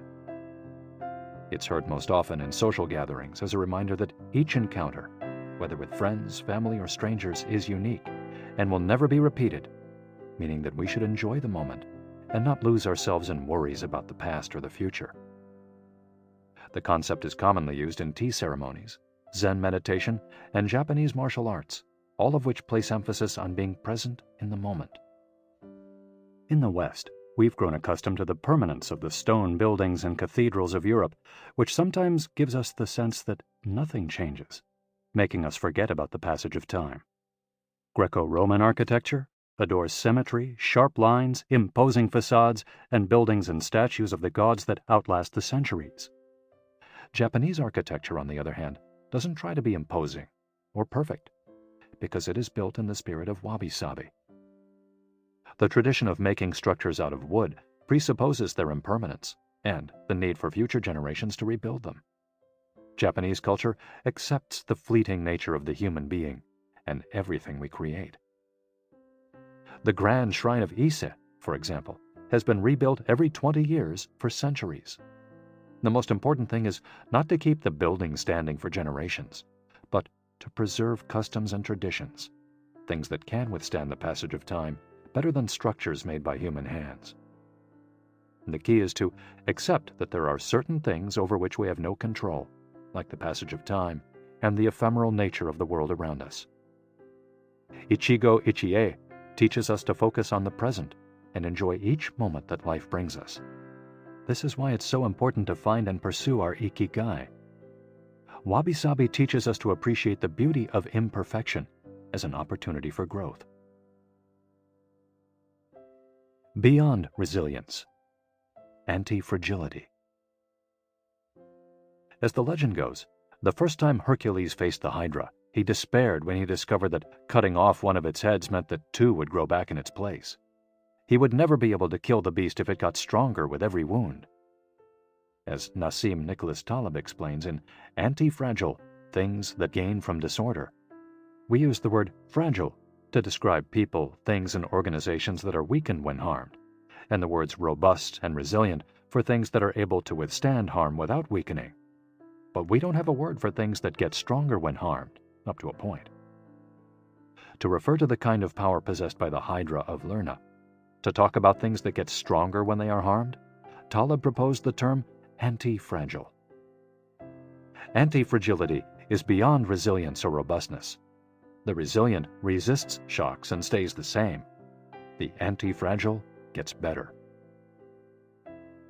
Catastrophes and exceptional circumstances offer good models for explaining anti-fragility. In 2011, a tsunami hit the Tohoku region of Japan, doing tremendous damage to dozens of cities and towns along the coast, most famously Fukushima. When we visited the affected coast 2 years after the catastrophe, having driven for hours along cracked highways and past one empty gas station after another, we passed through several ghost towns whose streets had been taken over by the remnants of houses, piles of cars, and empty train stations. These towns were fragile spaces that had been forgotten by the government and could not recover on their own. Other places, such as Ishinomaki and Kisenuma, suffered extensive damage but were rebuilt within a few years, thanks to the efforts of many. Ishinomaki and Kisenuma showed how resilient they were in their ability to return to normal after the catastrophe. The earthquake that caused the tsunami also affected the Fukushima nuclear power plant. The Tokyo Electric Power Company engineers working at the plant were not prepared to recover from that kind of damage. The Fukushima nuclear facility is still in a state of emergency and will be for decades to come. It demonstrated its fragility in the face of an unprecedented catastrophe. The Japanese financial markets closed minutes after the earthquake. Which businesses did the best in the aftermath? Stock in big construction companies has been steadily on the rise since 2011. The need to rebuild the entire coast of Tohoku is a boon for construction. In this case, Japanese construction companies are anti-fragile, since they benefited enormously from the catastrophe. Now let's take a look at how we can apply this concept to our daily lives. How can we be more anti-fragile? Step 1. Create redundancies. Instead of having a single salary, try to find a way to make money from your hobbies, at other jobs, or by starting your own business. If you have only one salary, you might be left with nothing should your employer run into trouble, leaving you in a position of fragility. On the other hand, if you have several options and you lose your primary job, it might just happen that you end up dedicating more time to your secondary job, and maybe even make more money at it. You would have beaten that stroke of bad luck and would be, in that case, anti-fragile. 100% of the seniors we interviewed in Ogimi had a primary and secondary occupation. Most of them kept a vegetable garden as a secondary job and sold their produce at the local market. The same idea goes for friendships and personal interests. It's just a matter, as the saying goes, of not putting all your eggs in one basket. In the sphere of romantic relationships, there are those who focus all their energy on their partner and make him or her their whole world. Those people lose everything if the relationship doesn't work out.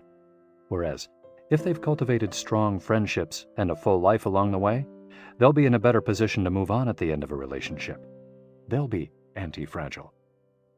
Right now, you might be thinking, I don't need more than one salary, and I'm happy with the friends I've always had. Why should I add anything new? It might seem like a waste of time to add variation to our lives because extraordinary things don't ordinarily happen. We slip into a comfort zone. But the unexpected always happens, sooner or later. Step 2. Bet conservatively in certain areas and take many small risks in others. The world of finance turns out to be very useful in explaining this concept. If you have $10,000 saved up, you might put $9,000 of that into an index fund or fixed-term deposit and invest the remaining $1,000 in 10 startups with huge growth potential, say $100 in each. One possible scenario is that 3 of the companies fail. You lose $300.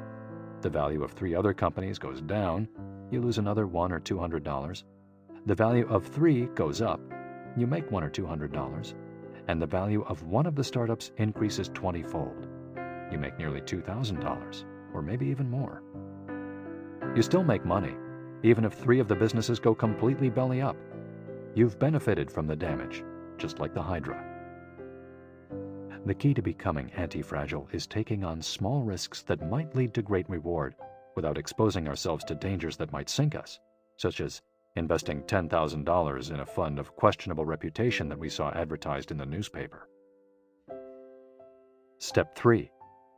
Get rid of the things that make you fragile. We're taking the negative route for this exercise. Ask yourself, what makes me fragile? Certain people, things, and habits generate losses for us and make us vulnerable. Who and what are they? When we make our New Year's resolutions, we tend to emphasize adding new challenges to our lives. It's great to have this kind of objective, but setting good riddance goals can have an even bigger impact. For example, stop snacking between meals. Eat sweets only once a week. Gradually pay off all debt. Avoid spending time with toxic people. Avoid spending time doing things we don't enjoy simply because we feel obligated to do them. Spend no more than 20 minutes on Facebook each day.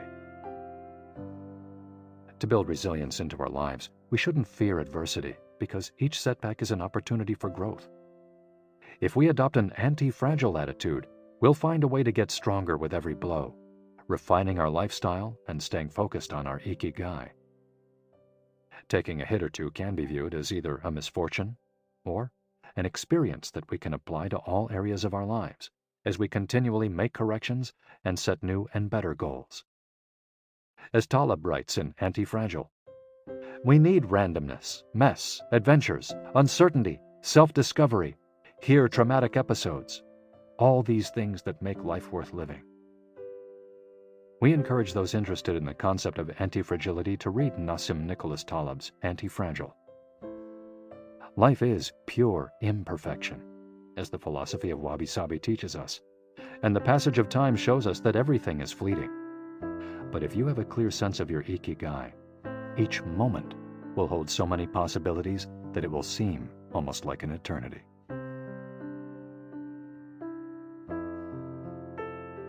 Epilogue. Ikigai, the art of living. Mitsuo Aida was one of the most important calligraphers and haikuists of the 20th century. He is yet another example of a Japanese person who dedicated his life to a very specific Ikigai, communicating emotions with 17-syllable poems using a shodo calligraphy brush. Many of Aida's haikus philosophize about the importance of the present moment and the passage of time. One could be translated as, "In the here and now, the only thing in my life is your life." In another poem, Aida writes simply, "Here, now." It is an artwork that seeks to evoke feelings of mono no aware, a melancholy appreciation of the ephemeral. The following poem touches on one of the secrets of bringing Ikigai into our lives. Happiness is always determined by your heart. And one last one, also by Aida, is keep going. Don't change your path. Once you discover your Ikigai, pursuing it and nurturing it every day will bring meaning to your life. The moment your life has this purpose, you will achieve a happy state of flow in all you do, like the calligrapher at his canvas or the chef who, after half a century, still prepares sushi for his patrons with love. Conclusion. Our Ikigai is different for all of us, but one thing we have in common is that we're all searching for meaning. When we spend our days feeling connected to what is meaningful to us, we live more fully. When we lose the connection, we feel despair. Modern life estranges us more and more from our true nature, making it very easy for us to lead lives lacking in meaning. Powerful forces and incentives, money, power, attention, success, distract us on a daily basis. Don't let them take over your life. Our intuition and curiosity are very powerful internal compasses to help us connect with our Ikigai. Follow those things you enjoy and get away from or change those you dislike. Be led by your curiosity and keep busy by doing things that fill you with meaning and happiness. It doesn't need to be a big thing. We might find meaning in being good parents or in helping our neighbors. There is no perfect strategy to connecting with our Ikigai. But what we've learned from the Okinawans is that we should not worry too much about finding it. Life is not a problem to be solved. Just remember to have something that keeps you busy doing what you love while being surrounded by the people who love you. The 10 Rules of Ikigai. We'll conclude this journey with 10 rules we've distilled from the wisdom of the long-lived residents of Ogimi. 1. Stay active. Don't retire. Those who give up the things they love doing and do well lose their purpose in life. That's why it's so important to keep doing things of value, making progress, bringing beauty or utility to others, helping out, and shaping the world around you, even after your official professional activity has ended. 2. Take it slow. Being in a hurry is inversely proportional to quality of life. As the old saying goes, walk slowly and you'll go far. When we leave urgency behind, life and time take on new meaning. 3. Don't fill your stomach. Less is more when it comes to eating for long life, too. According to the 80% rule, in order to stay healthier longer, we should eat a little less than our hunger demands, instead of stuffing ourselves. 4. Surround yourself with good friends. Friends are the best medicine. There for confiding worries over a good chat, sharing stories that brighten your day, getting advice, having fun, dreaming, in other words, living. 5. Get in shape for your next birthday. Water moves. It is at its best when it flows fresh and doesn't stagnate. The body you move through life in needs a bit of daily maintenance to keep it running for a long time. Plus, exercise releases hormones that make us feel happy. 6. Smile. A cheerful attitude is not only relaxing, it also helps make friends. It's good to recognize the things that aren't so great, but we should never forget what a privilege it is to be in the here and now, in a world so full of possibilities. 7. Reconnect with nature. Though most people live in cities these days, human beings are made to be part of the natural world. We should return to it often to recharge our batteries. 8. Give thanks. To your ancestors, to nature, which provides you with the air you breathe and the food you eat. To your friends and family, to everything that brightens your days and makes you feel lucky to be alive. Spend a moment every day giving thanks, and you'll watch your stockpile of happiness grow. 9. Live in the moment. Stop regretting the past and fearing the future. Today is all you have. Make the most of it. Make it worth remembering. 10. Follow your Ikigai. There is a passion inside you, a unique talent that gives meaning to your days and drives you to share the very best of yourself until the very end.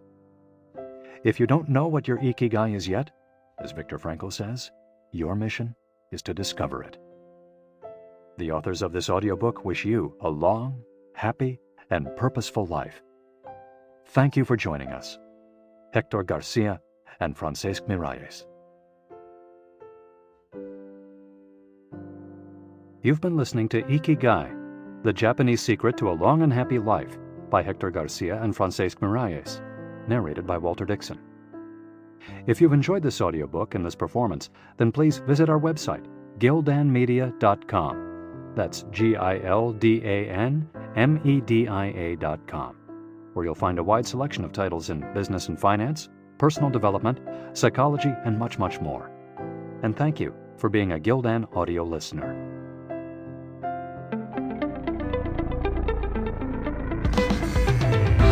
This has been a Gildan audio production. For more affordable, mind-enriching programs, visit our website at gildanmedia.com.